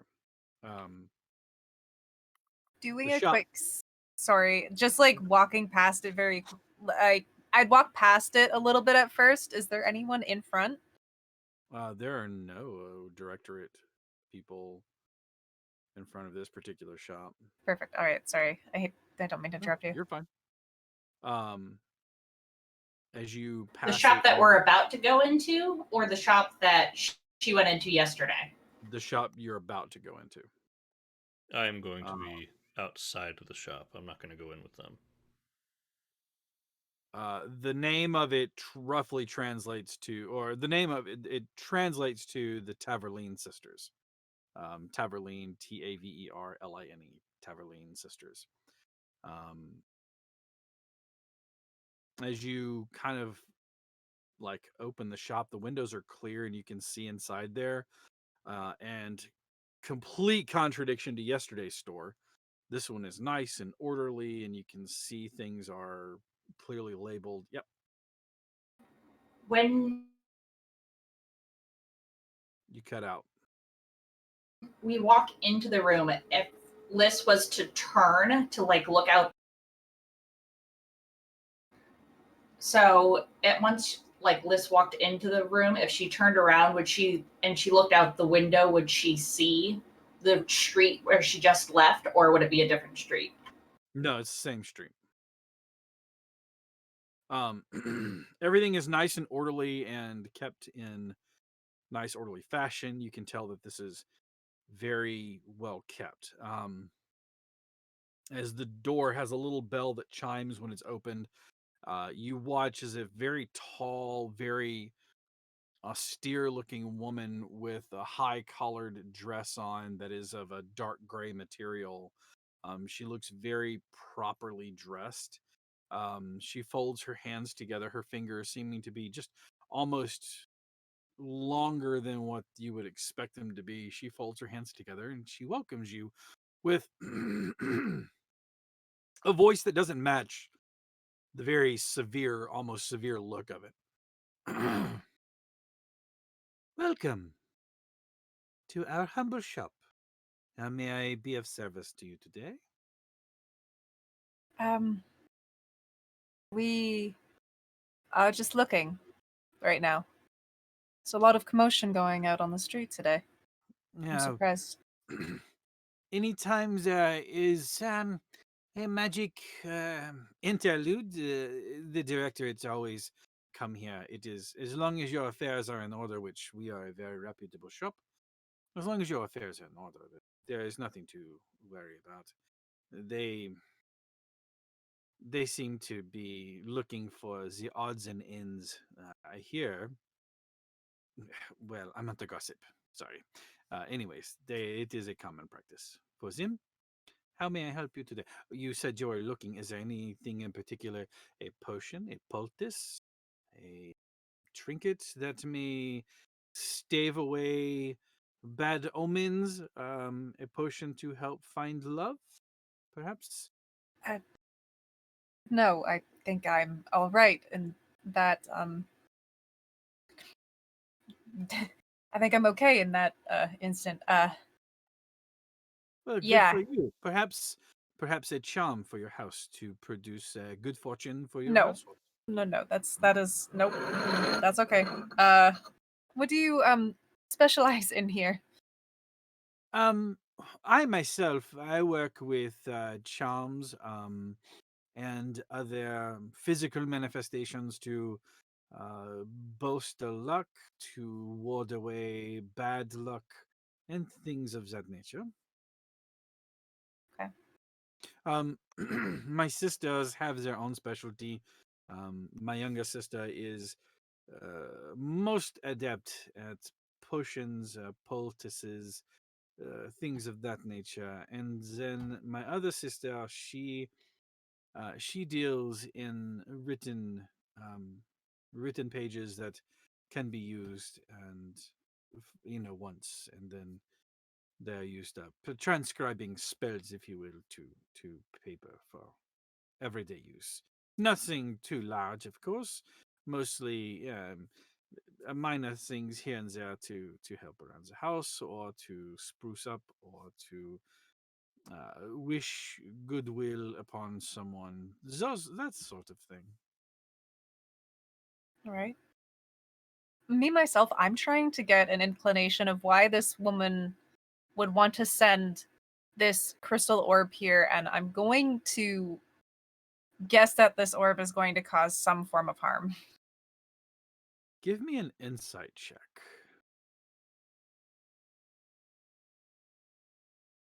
I mean, isn't divination more about like sightseeing and like seer seeing and things of that nature? I don't know that. Oh, Liz would have told you as soon as she realized that it was divination magic. She would have mentioned it. Okay. 15?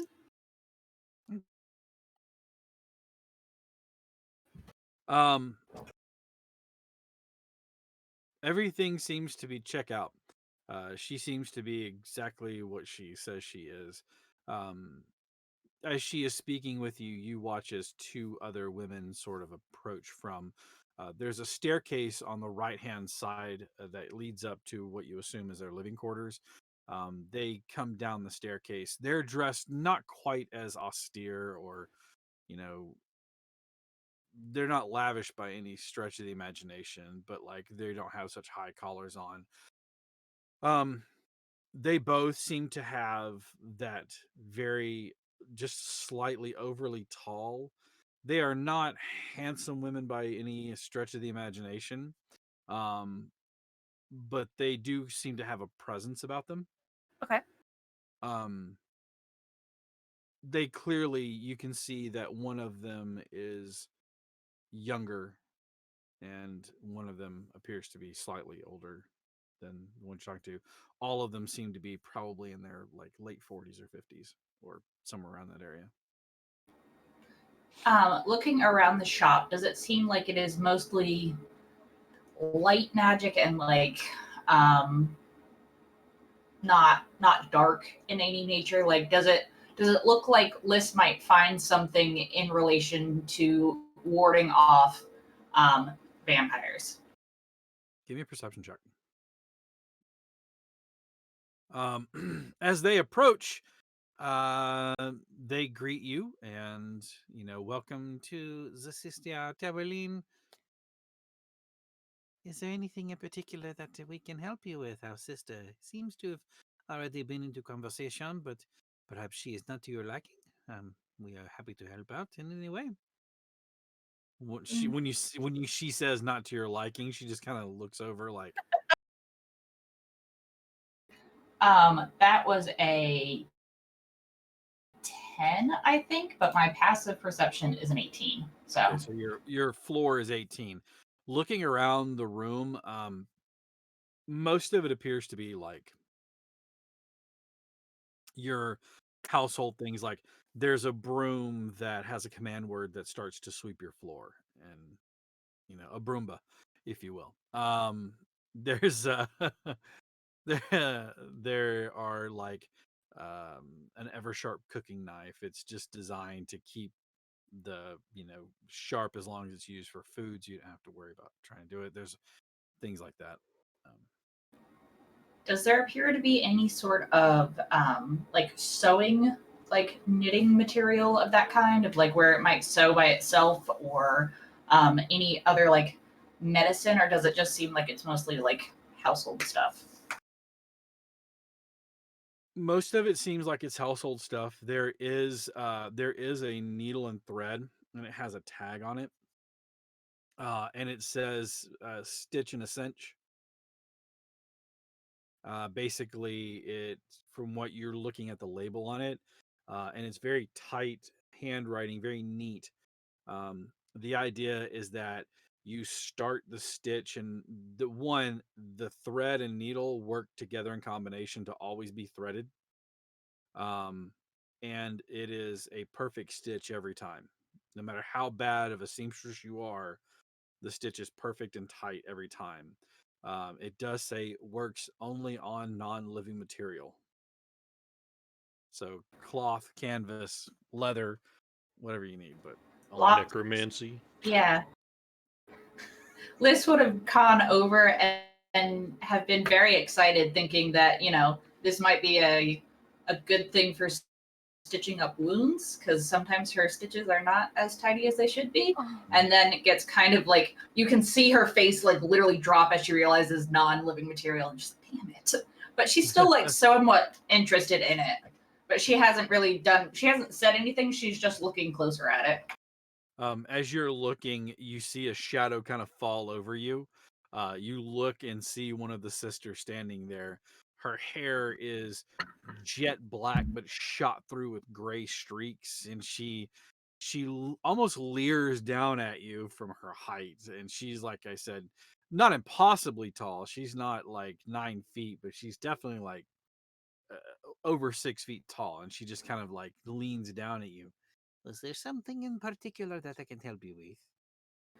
I mean, Liz is 5'2", so yeah, there's a lot of like leering down at, at Liz. She goes, "No, I was just looking. I guess I would technically be somewhat of a surgeon, and I was looking to see whether or not this would help with wounds, but it doesn't appear to be that way. But it might help with quilting, so I'm just browsing." You're looking for something that helps us with wounds? Yes, as I said, my stitching is not the prettiest in the heat of battle, and sometimes it leaves pretty nasty scars. Her gloved hand motions you to follow her. Um, she leads you around. Um, she leads you around to an area where it's a very small, like it's almost a curio cabinet that opens up. Um, as you look in there, you can see that it has several things like a mortar and pestle. You can see some just different items. She says, "You are looking for something to close wounds, I see."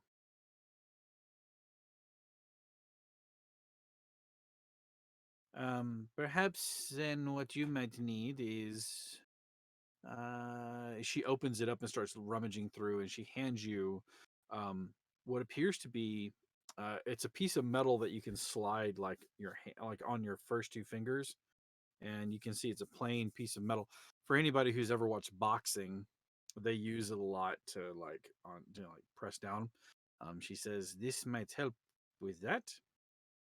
It does not stitch; it cauterizes the wound. Um, Hold it together, press this, and then slide it like an iron across the wound, and it will stitch it closed. It will stop the flow of blood, staunch those things. Um, it is not a stitch, but it will help. Um, and she pulls the mortar and pestle down for a moment, and she kind of sniffs it for a second, and puts that back up, and she's like, perhaps one of the other shops. I hate to turn you away, but I don't have anything like that. I could probably take and make something, but it would take some time." Liz shakes her head and just goes, "No, we're probably leaving Paris soon. But this is very interesting. And then I am a novice at making healing potions and things of that nature. Is there anything here that would help me?" Ah, yes. This time she takes the mortar and pestle back down and pushes into your hand, and she takes down a pouch that has three compartments in it. Um, and she says, "These items together, the mortar and pestle will always grind perfectly. And even if you put too much in, if you speak the command and the item that you wish to combine, it will do so precisely. Even if you put too much in, it will leave the excess whole and grind only the amount that you need." Liz is just absolutely delighted, and she is just like, "Is there anything else that a surgeon or a nurse might want or need?" I'm sorry, we don't deal in medical supplies beyond this. Even the mortar and pestle was more used for like household spices and herbs and things, but kind of a utility. Is there anything else that I can help you with finding? No, I think these are great. I'll happily take both of them. Excellent. I will meet you at the front of the shop then. Um, so while you are purchasing those and she's writing up the ticket for it, Moonin, you said you're outside. Is that correct? All right. I am. I'm just kind of leaning on the outside of the building, watching people go by, just kind of trying to keep stock of what's happening outside the shop. You notice two familiar looking figures. You saw them yesterday. The two agents that you met, or the administrators that you met on the train, Mm-hmm. are walking the street. Um, they are stopped by what appears to be an agent, and they have a quick conversation. He motions to a couple of other shops, and then the agent gives him a report back. He nods his head up and down, and you watch as the big one just kind of turns, and you're just leaning against the building. Hmm. I've put a hat on and just kind of trying to take up little space, but keep an eye on things. Um, you notice the big one kind of turn, and he looks at you for a second, and you kind of see him narrow his eyes, like he's trying to place something. Mm. Um, you watch as he pulls out what appears to be like a disc. He taps it, and then he kind of like moves his hand over it, and then he looks at it for a second, and then he looks at you, and he looks back at it for a second, and then he kind of just shakes his head and puts it back in his pocket, or puts it back inside of his coat. I will Um, pretend not to notice. all right.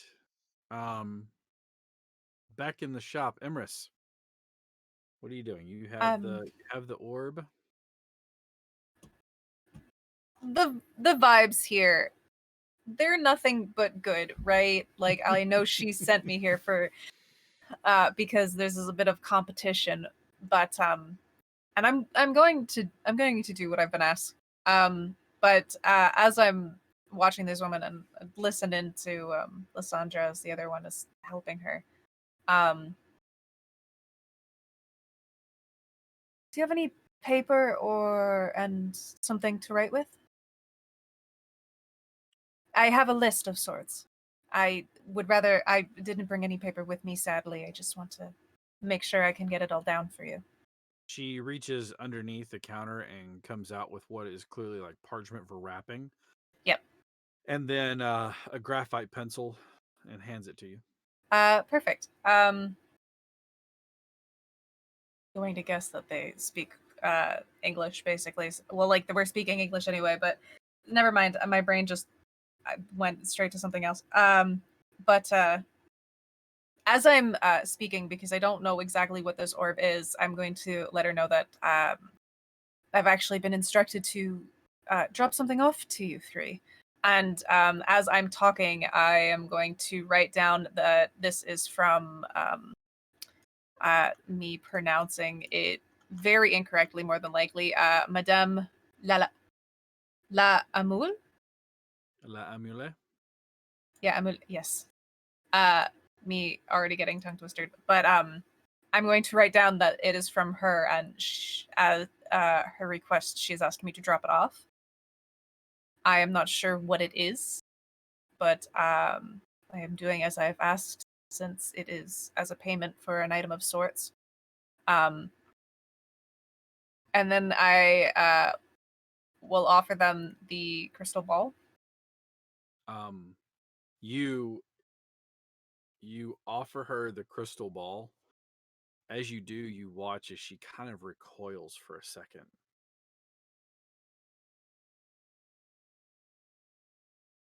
That I which would move to offer her the pencil, if anything.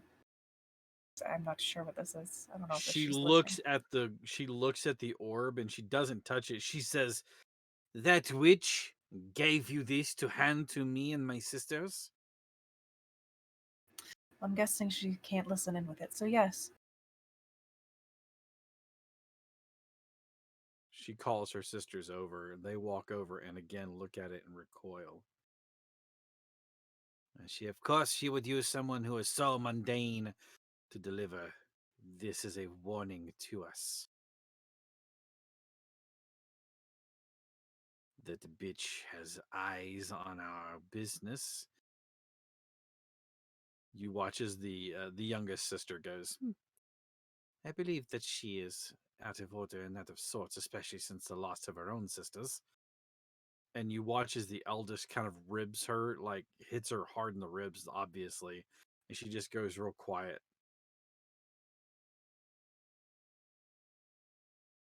She takes the one you've been speaking to, takes the graphite from you and pens a note in the familiar handwriting, the tight script that's used on the back of all the items. She pens a note in French, which you can read. Mhm. Your warning is received. Don't trifle with us. We are still a coven, and you are yet one lone, lonely woman. She then rolls it up, hands it to you, and hands you the crystal ball. As she does, though, you watch as she takes her glove off, and her hand is the nails on her finger are like sharpened almost, and she takes and taps the crystal one good time, and it puts a crack in the surface of it. She puts the glove back on, and you notice that the hand was like gnarled and arthritic looking. When she puts the gloves on, though, it doesn't appear that way, but it looked that way. She says, "Tell her that her message was received. I believe our business is concluded here. Good day." Of course. I did not mean anything by it. Sadly, it's Of course, you did not know what you were doing. Goodbye. Au revoir. Before they leave the shop, have the inspectors passed where we are? Yes, they have. Okay. Liz, you settle your bill, and then you are ushered out. I would leave some money on the counter as well, more or less as kind I'm of so almost sorry. like a trade of information of sorts. It wasn't a trade of information, but it was just for their time, basically. Mhm. Not needed, but Liz, still would have done it. Liz, whenever the sister came back to fully take the money, she would go, Are are you three okay, or do we need to help? We are fine. We will handle things with the madame ourselves. Thank you for your concern. Au She just revoir. nods her head. She just nods her head and leaves the shop with that. But so they didn't want her help or need her help, so she just left. All right. You have the note and the cracked orb in your hand. I would have cut off where I wrote to Yeah. them basically, and then rolled it Gotcha. back up.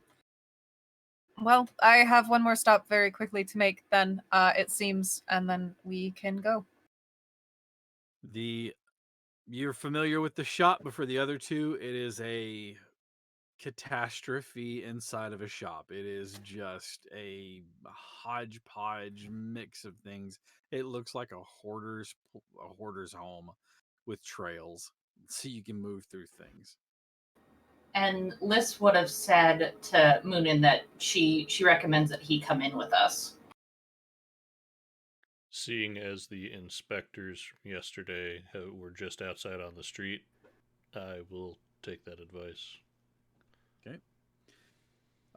As you enter into the shop, you watch as the craggy smile appears across the weathered lady's face. Yeah. I take it that you have delivered the message that I asked you to send. Of course. And I have something for you in return. It's just like the paper in between his fingers. I would give her the paper, and I would place the orb back on the counter if there is any space for me to do so. She unfolds it, looks at it, and she goes, "Perfect." And she looks at the crystal and she says, "Even better so. Thank you for doing what I have asked. Consider your payment done in full." Of course. Thank you for your help May you- again. Oh, of course. May your presence never darken my doorstep again. Goodbye. Au revoir. Guys, we can go. Okay. Liz leaves as quickly as she can. Like brushing herself off as she gets outside. All right. Where to from here? I guess wouldn't have taken the mask with me. The mask would still be at the apartment. So right now that is a safe place for it. If we need to go meet back up with Colm. I think we should probably go get our badges first, so it doesn't appear as if we are not in the right place. But other than that, she would. That's the only thing she would suggest. She's like, me and Gedge probably need to go get our items from your house, and then we should find Colm. Of course. I would probably have to retrieve my badge anyway.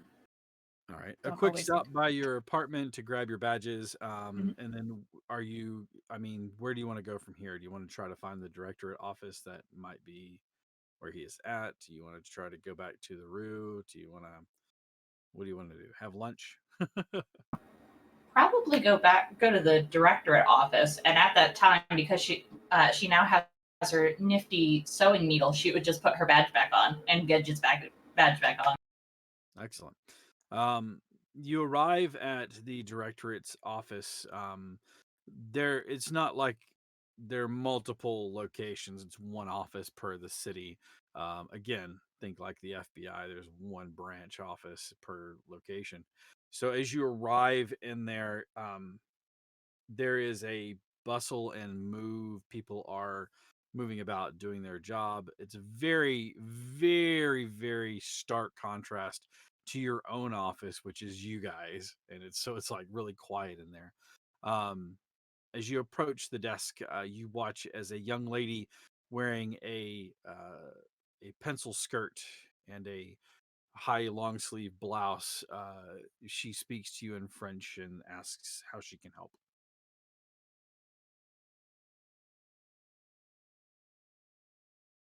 I look to Emrys. Everybody looks at Imris.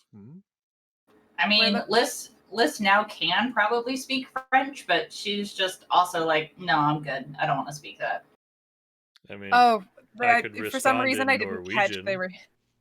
I didn't realize I didn't catch that they were speaking French. I apologize. That's my bad. Sorry, we're looking for Agent Colm.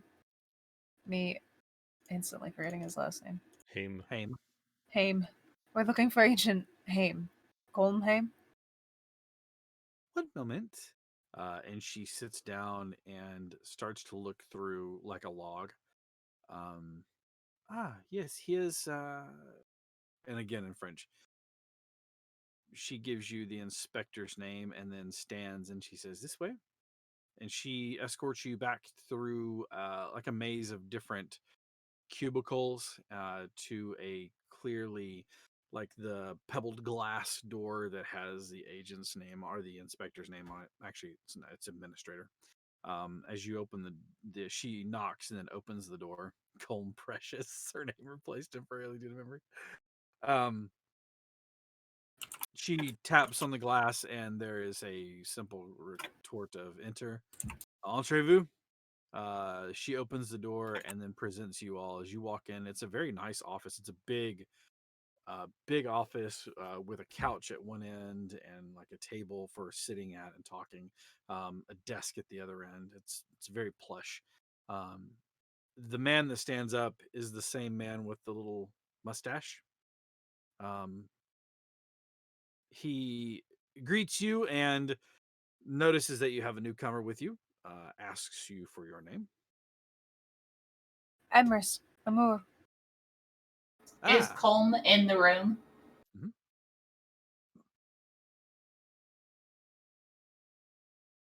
Bienvenido. It is a pleasure to make your acquaintance. I apologize for my brusqueness yesterday. It was a rather trying time, you understand? As you can see, your agent is well, and Colm lifts a teacup and sets it down. We have very many things to discuss, as Mr. Haim has told me. If you don't mind, I could bend your ear for a few moments. No? Fine with me. Liz would look at Colm just to see whether or not he took offense to the Mr. rather than agent, and if he seems that he's still happy and fine, she's just gonna nod. He doesn't seem to be affected by it. As you enter, he shuts the door, and you watch as he takes out. It looks like a wand, but it's much shorter. It's like a stick about that long. And he traces around the edge of the door, and any den from outside immediately stops. Um, he then asks you all to to be seated, and then he draws some like things in the air, and the whole room like it's dampened in sound. You can hear one another, but you can clearly tell like you're talking inside of a dampened room. Suddenly, there's a ton of beanbags. Yeah, it's just all moving blankets and noise Pillows. cancellation. Um, Great. Can I stealthily try to detect magic to see if the chairs have any sort of like thing on them to like tell the truth or anything of that nature before she actually sits down? give me a sleight of hand check.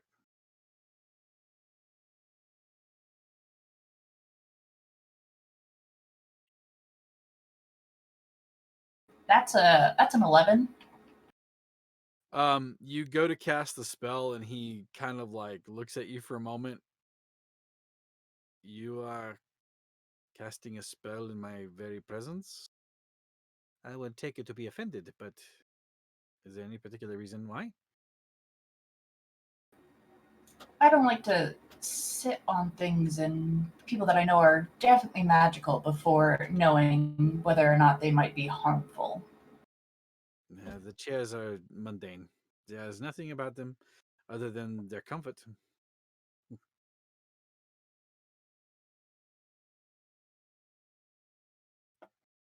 She just takes a big sigh and just is all like, so no need to be offended then if I complete the spell. Feel free. So As she you- completes the spell, and I assume that the chairs are mundane. Yeah, there's no magic on them. There's magic on the door, and there are magical runes like on the ceiling, but nothing on the chairs themselves. Yeah, so she sits down. Okay. Again, I want to apologize for my brusqueness yesterday. Agent Haim explains the situation, and who you are. My apologies. I just took you to be passers-by who happen to be a part of the magistrate. I take my role here in the city quite seriously. Um, uh, Agent Haim has informed me of your run-in with the man known as Peter Dietrich, if I'm not to be mistaken. That is correct. Allow Liz me, nervously touches her jacket. allow me to provide you with all the information that I have on him. Um, Agent Haim also explained to me that your group is a bit outside of the norm. Very well. And he goes back over to his desk and produces a small, not super thick, but it's a folder, and you can see that it is clearly marked with Dietrich, comma P period. He hands it to you, and Agent Haim Colm looks at it, and he's like, um, "I've already taken a glance at it. It's most of the information that we already have, although it does deal with Dietrich's appearance and time spent here in Paris." And the people, switching accents, and the people that he's met along the way. I say his reach may be further than we realize. Liz It's looks. Liz looks up. Liz looks over and goes, "Did we know that he came to Paris?" We knew he Wasn't that did in the something in passports? Paris. right. He had the travel papers and everything, and yes, he's apparently traveled for quite some time in and around the circles, even before the war. So if he was amassing some sort of power structure underneath himself prior to the war, was then cultivated it on behalf of the now fallen empire, then it could be stand to say that he is a bit more powerful than we even realized. There's something else that we need to look at too. And he, if I may, and the uh, the the in- the administrator hands the paper to him. Um, Thank you very much, Pierre. You're welcome, Com. Com flips to it and he turns it around and he slides it forward. Um, it is a purchase for a piece of property, an estate, quite large, here in Paris, and it's an old purchase. Hmm. Emrys, it has a special tie to you because the address on there is the orphanage for where you grew up. Okay. I wouldn't Okay. mention that, and I'd do my best not to react to it. um, Give me a deception check. Well, those I'm good at. We're gonna see just how good you are at not reacting to this. This would be fun. Me sitting here looking at my +9, hoping for the best right now. You could roll a 1, 2, 3, or 4. 23. I'll say that looks like Yeah. math. It's probably more Yeah. than that. Yeah, you did not roll a low number. Yeah, you do not react. Colm looks at you though, and then looks back down at it because he knows. Mhm. He purchased this piece of property years ago. The purchase date on there is actually before your time.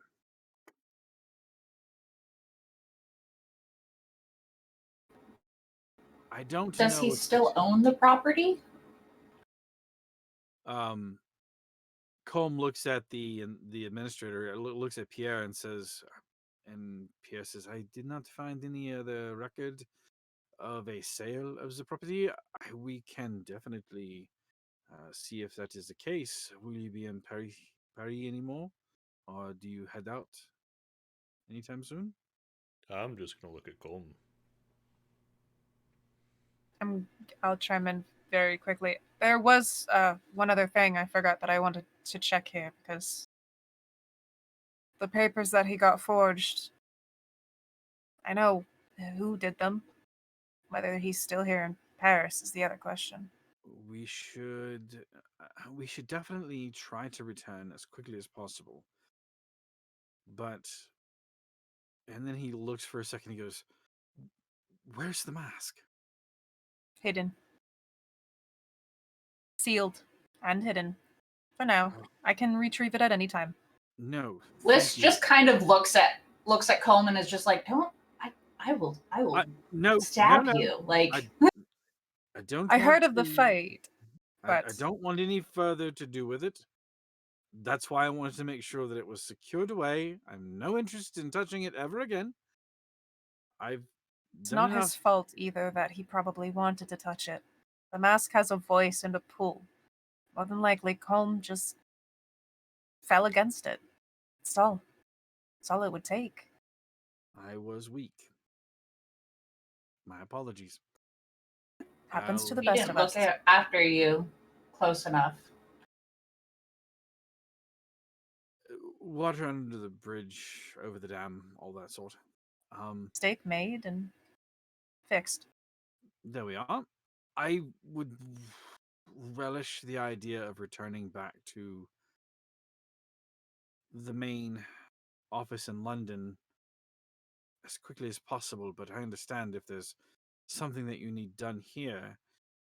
But let us be quick about it, as I feel that something else is afoot. Pierre, if you will.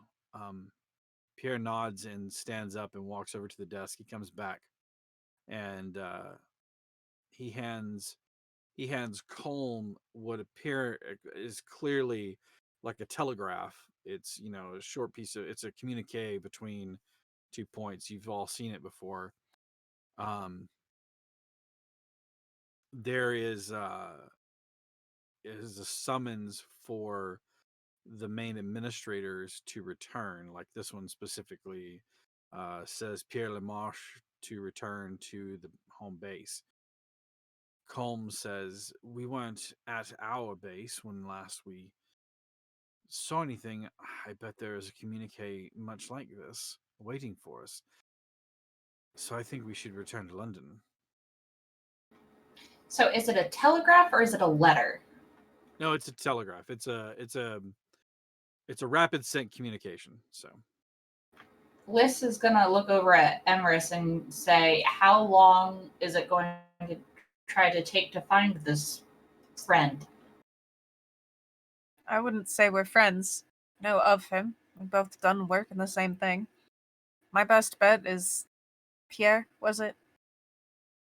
Officially met, really, but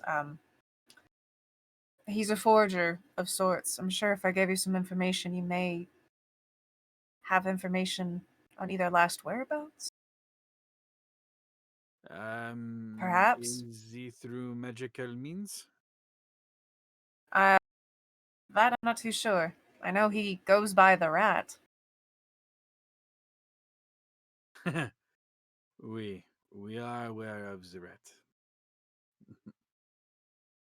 Forgeries for this man, so I will speak say with hi. I will speak with my friends in the gendarme and arrange a meeting, if you will. Perfect. And now that we have come to an equal understanding, can we get rid of this tracking whatever that was forced upon all of us? Zutalo. Of course, I am so sorry. Precautions, as it were, you understand.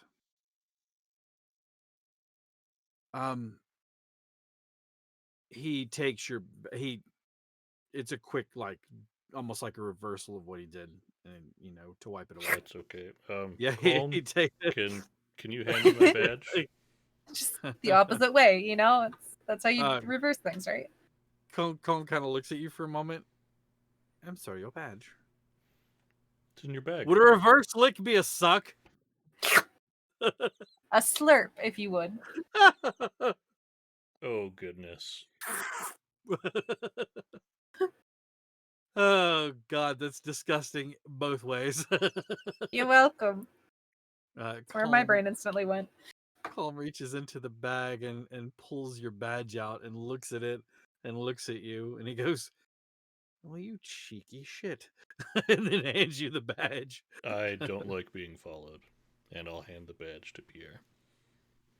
Removes it again. Liz just shrugs her shoulders and she goes, I'm an elf. I mean, you didn't have to track me. Literally anywhere that I go, somebody's going to go, did you see an elf? And they would have been, yeah, I did see that elf. She went that way.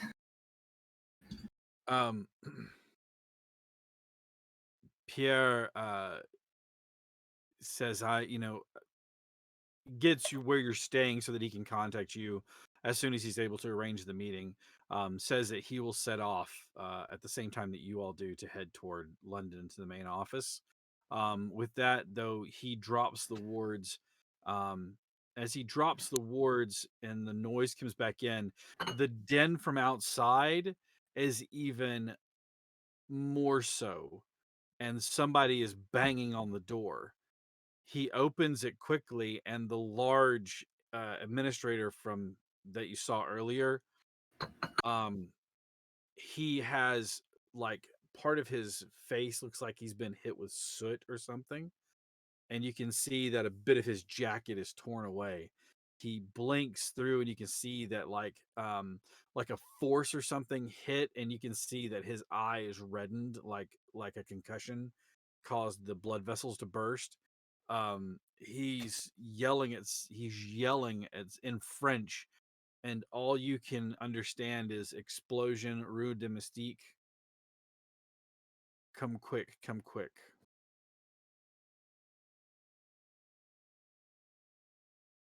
And with that is where we're going to draw tonight's episode to a close. All right, guys. So we have one episode left in this season. There are no loose ends, only lead ups to the next season. Um, it is. This has been a lot of fun, and it's been a really fun ride. You're going to start to see more and more of their backstories incorporated into things. And don't worry, it's only one episode of this season. We'll be back again, and we're going to take a break, and then we'll be back. All I'm going to be doing is writing, getting info from these guys, incorporating details here and there. Look forward to more. Again, I really appreciate if you guys took a moment to fill out the feedback form for every show, not just this one, but you can watch tomorrow's show with Jason and give a feedback form on that one. There Watch is no Wednesday night. limit to the feedback form, so you There is can do it not. for as many So of the shows as you'd like. exactly, and especially because one of the questions is not only what you watched, but when you watched it, so that way we know. You can say, "Hey, this week I watched this one, and then I watched this one another week." Um, so a lot of those things can be, and Deca, it doesn't matter if you're in them; they're anonymous, so it doesn't matter. You give feedback, you give feedback. Um, If you have something to say, let us know. we want to hear it. So, with that being said, thank you all so much. I love doing this. And next week, we'll be back again in force and all of these crazy kids around me. I look forward to it and seeing where we're going to go from here because shit done blowed up. I didn't do it. Maybe. Well, That did sound like it was the lane of shops we were just at. that is absolutely where that was. Um, a huge thanks as always to Q who is playing Emrys. Q, make sure that all of our social media posts go out and things like that. If you ever want to help us with any of that stuff, spreading the love or posting things, feel free to let us know. Jump into the Dire Bear channel and we will happily um, look toward what we can help do. Many hands make light work, so we appreciate everything. A huge thanks to Otter, who not only does Q, excuse me, not only does Q do the social media to make sure that all of our posts get out, Q also hosts the show. So there we go. Really Yeah. quick fun fact. The old madame from the creepy shop just got a luck point. Sorry, I had to say it because that was funny. That's fantastic. So if I need to do a reroll with the old madame, if there is a need for it, I can reroll. I have a luck point for her. So Q also is the one that's hosting it. So Q has got our Zoom going. We use Discord for our audio. So huge thanks to Otter who helped me put together the form. He did all the legwork and then we built it out.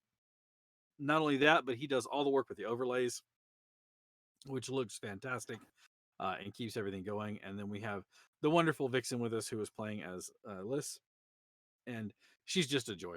I think she's kind of like our uplifting spirit, and Voodoo, who we appreciate, even though she was not able to be with us tonight because she is out working. We love you, and we hope that you are safe, and we are pulling for you. Please, please be safe.